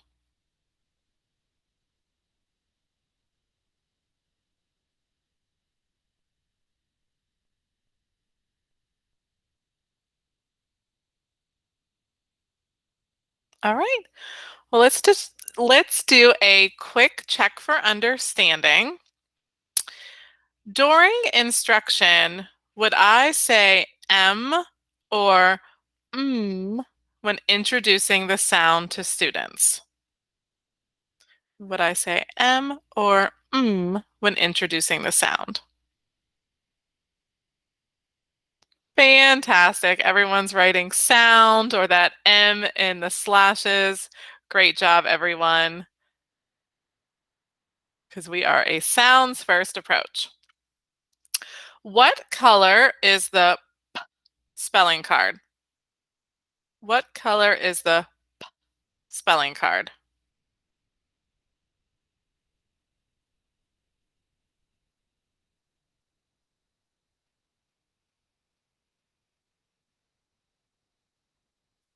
Great job. Red. Everyone is saying red because it is a consonant and that airflow stops when we make that sound. Great job. All right, guys.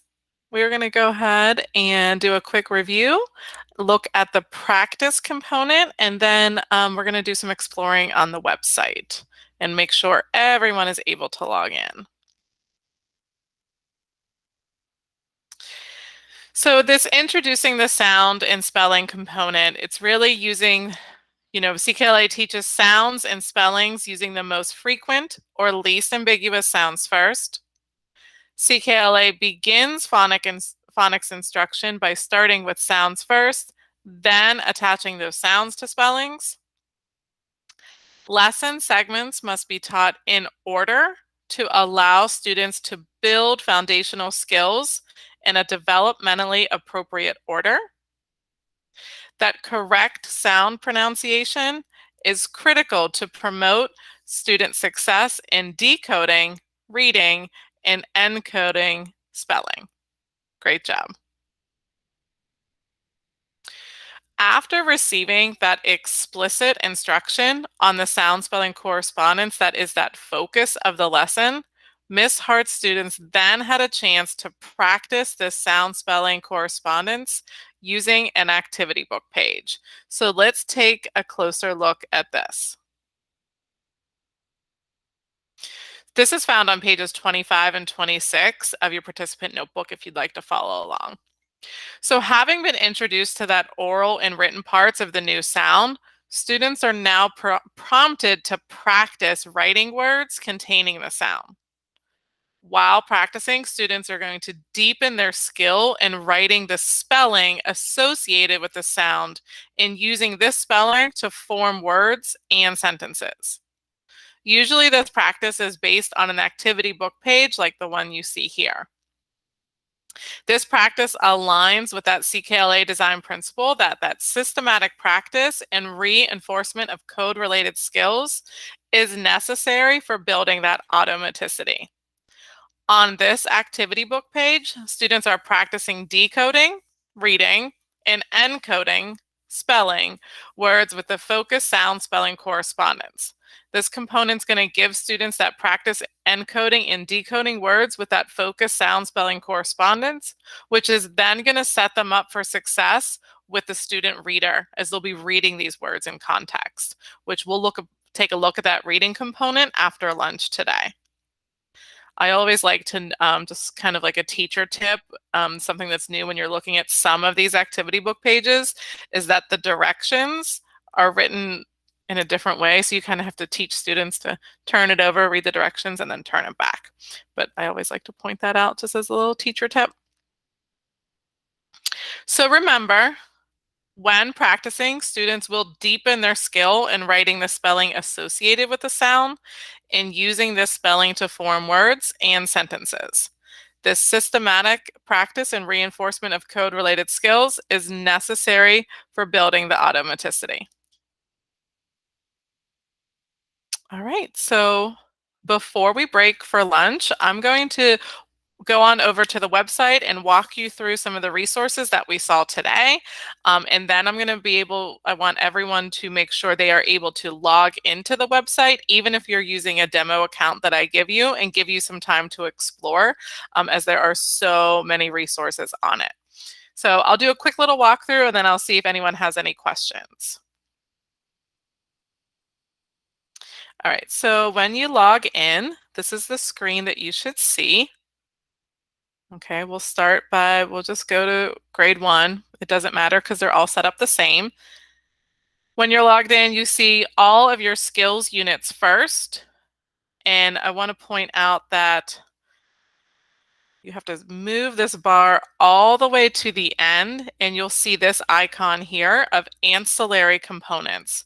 This is really important. I wish it was kind of in the front because there's so many good resources on here.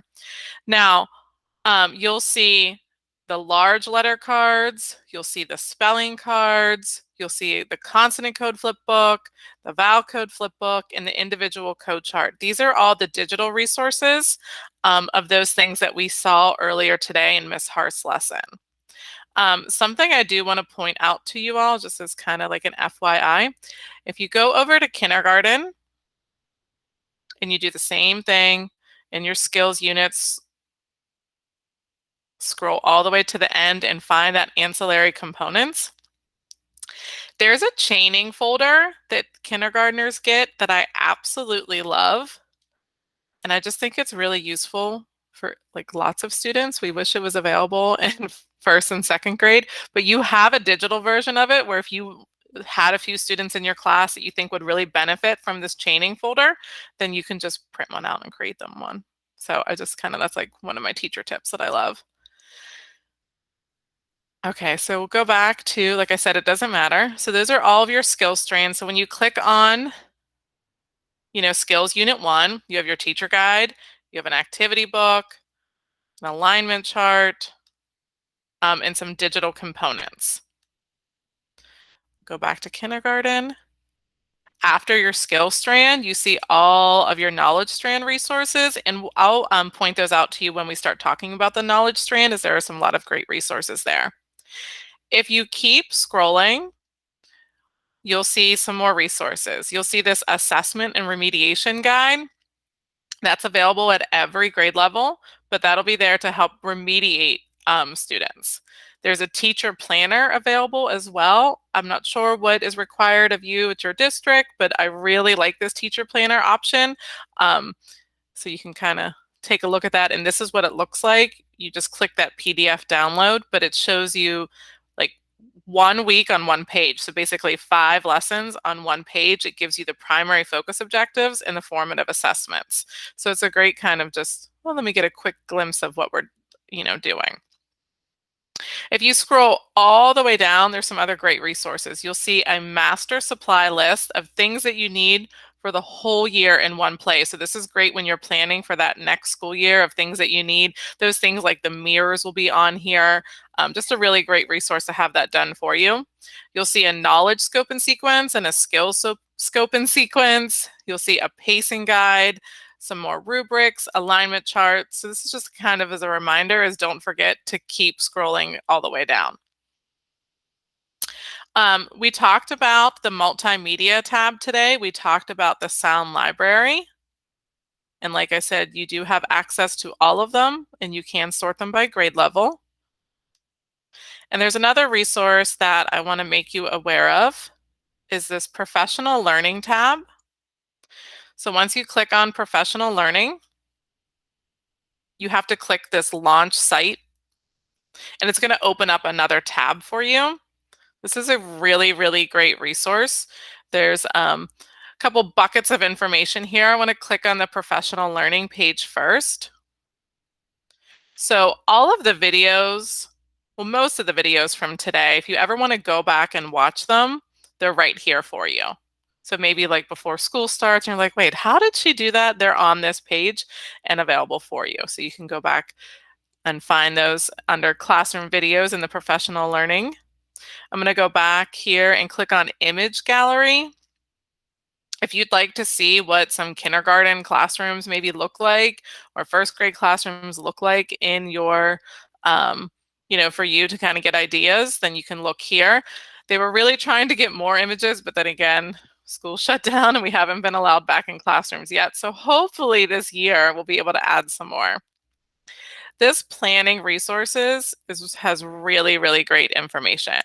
You'll see some planning templates, those weekly planners that I had showed you, and then this reference documents. It's available for each grade level.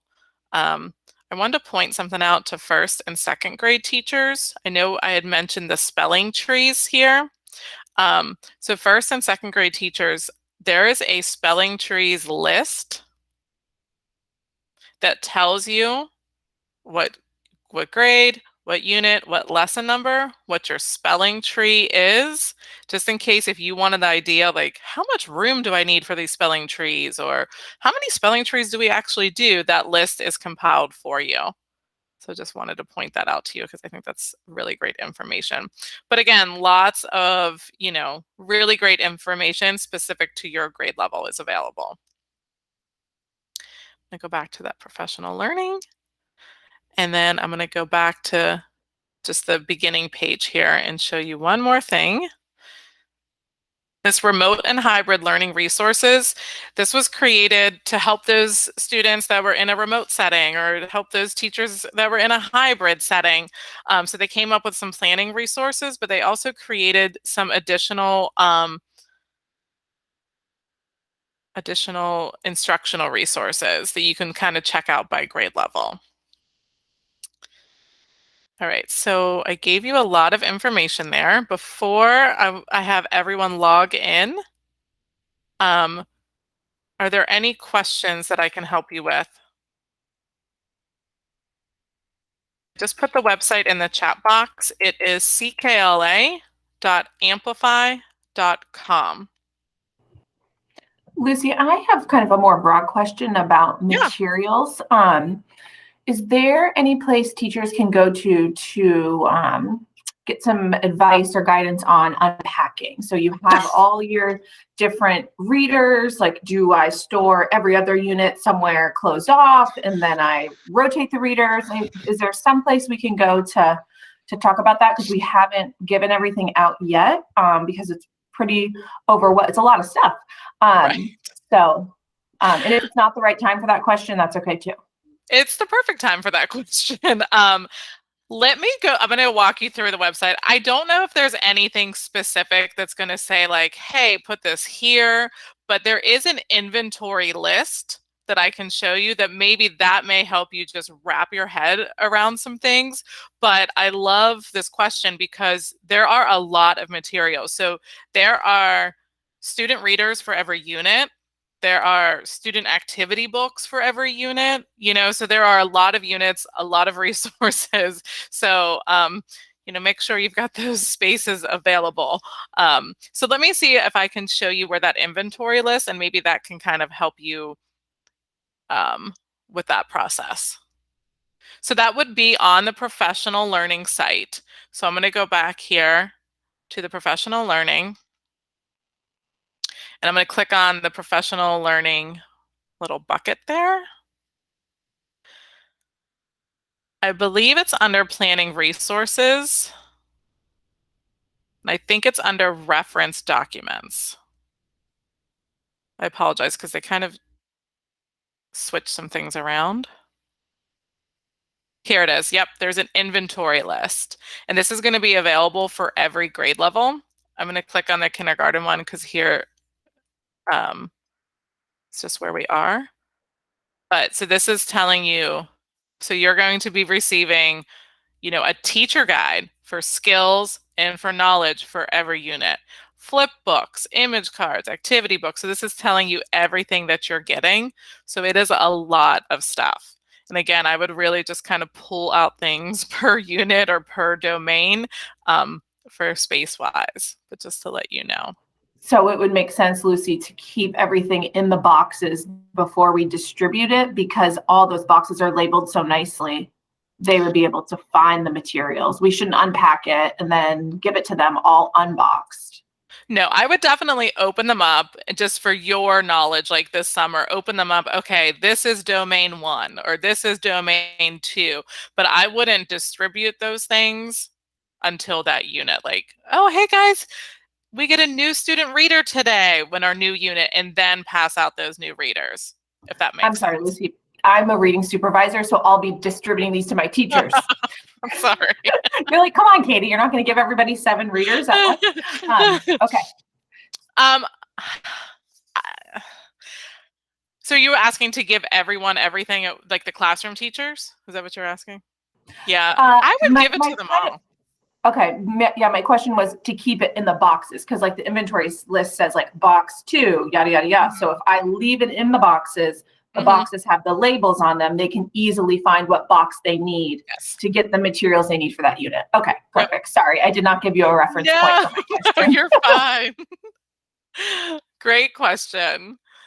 I also, this is, I don't know, just maybe too much information, but those readers, like once they're done with them, I like to kind of display them in the classroom. So you say you have a student that still could use some practice from that unit 1 reader. So it's still readily available. So maybe you can pick up that readily available unit 1 reader, even if you're in unit 3 or something, so maybe not the whole class set, but at least a handful kind of keep displayed as you're moving along, or at least have access for you to easily distribute to that child. Just a kind of tip that I like to do. Any other questions? These are great questions. Okay, let me check the chat box, sorry. Where do we find the inventory list for the grade? Sure, I will walk you through that. What grade are you in, Teresa? And then I can show you specifically for your grade. Kindergarten, awesome. Give me 1 second to share my screen.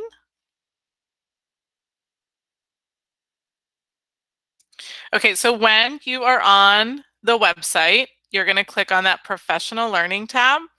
And then after you click that professional learning tab, you have to click this launch site, and it will open up another tab. Once you click that, it will bring you to this page. Once you're on this page, you're going to click professional learning. You're then going to click planning resources. Then you'll click reference documents, and you can sort it by your grade level. And then you should see your inventory list. And that's something that you can open up and save and print out, which is nice.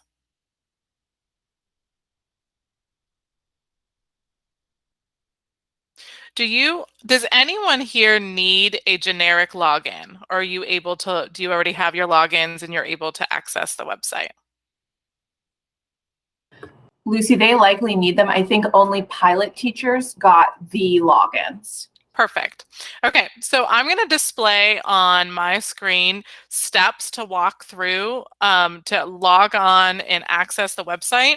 This is going to give you access until you receive your own personal login, which is fantastic. So you'll be able to access teacher guides today, all sorts of things. So let me share that with you. I apologize. I have a million tabs opened up. Okay. So you're going to have to open up a new tab. Go ahead and type in ckla.amplify.com. Don't add the www in front of it. Sometimes it messes it up and doesn't bring you there. Once you are there, you'll have to click under second edition. And then it's going to give you 3 login options. You need to click the third one, log in with Amplify.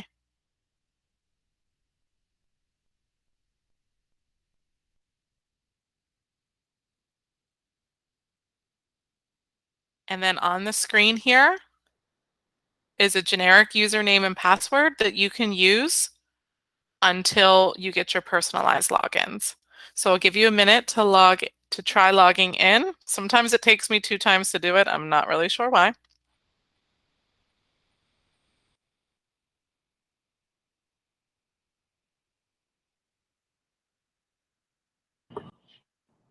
Lucy, Sure. Terry Hamlin said in the chat that you can actually use login with Google, and we should be able to log in with your school account. Oh, fantastic. Thank you. I appreciate that. I didn't see that it pop up. Well, I'm going to go ahead and put this information in the chat box just in case. Who knows what happens? Maybe you're home over the summer, something's not connecting, and you want access. I would definitely save that information so that you have it. Like I said, just in case something happens. So I'm going to give everyone a minute or two to make sure you're logged in, and if one way or another, either with your school account or the generic one.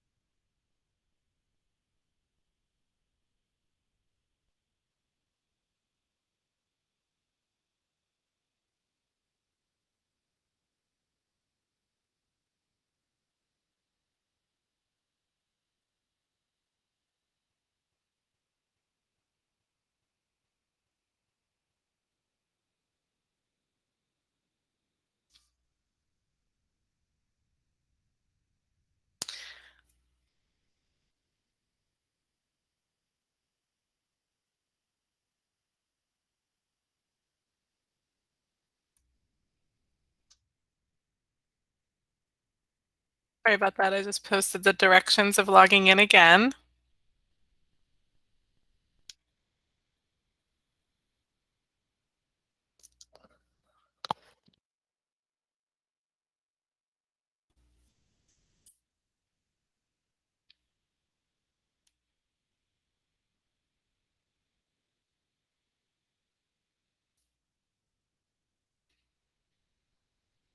Once you're logged in, I suggest just kind of exploring around. If you have time to maybe open up that skills first unit, find the unit introduction. It was mentioned in the video we watched earlier. It really gives a lot of great information. It's found right after the table of contents.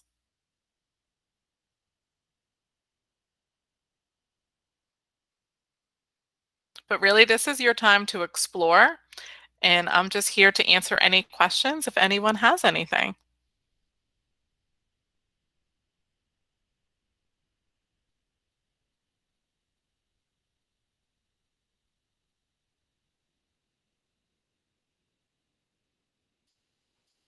Hey there, Lucy. This is Lori. I have a question.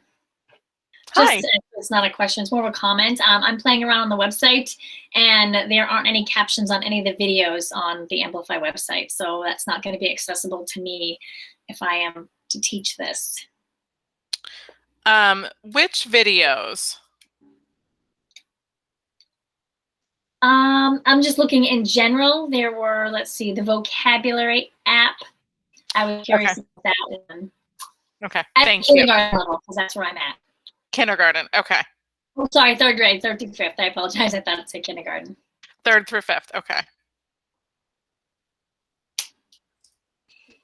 And like, I'm sure, you know, because just because I see that this isn't captioned, I haven't checked multiple videos yet, but I'm assuming that if one of them isn't, they're probably all not. Absolutely, thank you. I'm gonna make some calls at lunch. I appreciate it. No, and thank you so much. I do appreciate the willingness to help out. Of course, thank you for pointing this out to us. Right. Lucy, I have a question, and you may not know this, but is Manchester piloting this at preschool as well? I mean, are they using it for preschool? Because I noticed there was a pre-K. I don't know that, but that's something I can ask and probably get a quick response to. So, Yeah, well, I'm I don't know almost if any certain of they them. are. They are, Katie? I'm almost certain that they are, but have Lucy double check. But I'm pretty sure it's pre-K to 8. I know that at Highland Goffs Falls, the autism preschool is using it, the pre-K level. Okay, great. Thank you. Yep, I just checked my notes there. Yep, this is pre-K through 8th grade.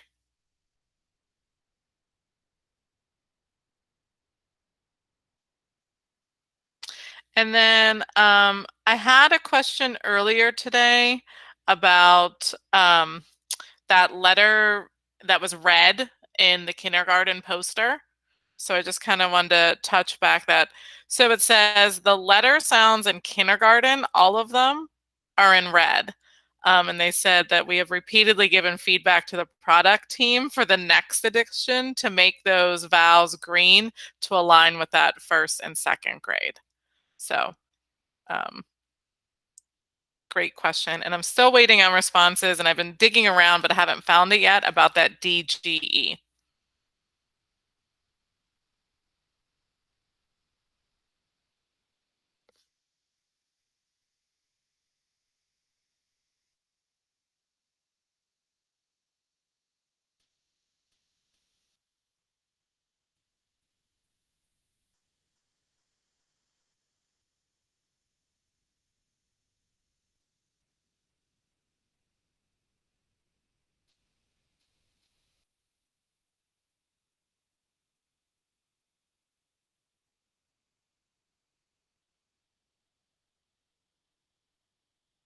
So just want to make sure everybody was able to log in one way or the other, either the generic account or through your Google.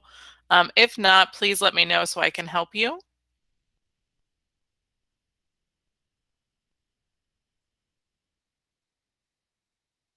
Looks like everyone is in. Great. Okay, guys, this is your time to kind of explore the website, look through some things. I will be available here until 11:45 to answer your questions. But then if you are ready to have your lunch, then go for it. We will meet back here at 12:30 to continue on. But I hope you have fun exploring, and please let me know what I can help you with.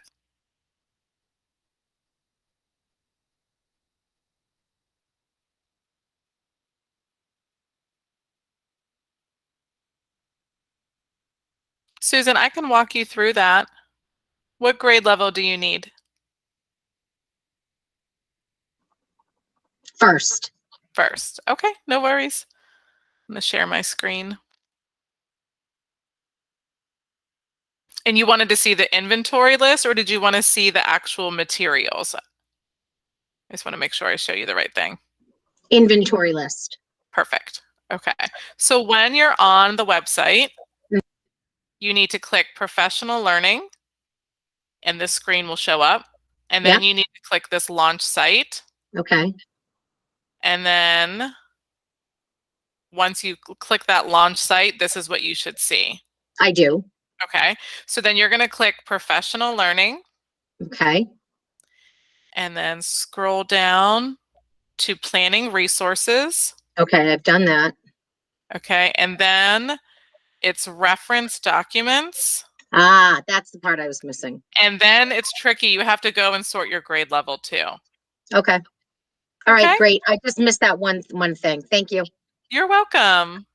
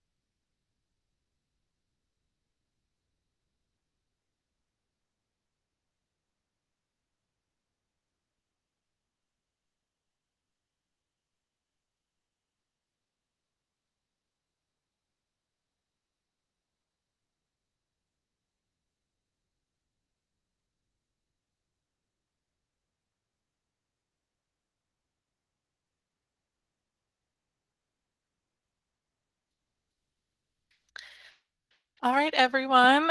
Just wanted to do one final check-in before we break for lunch. Does anyone have any questions or anything I can help you with?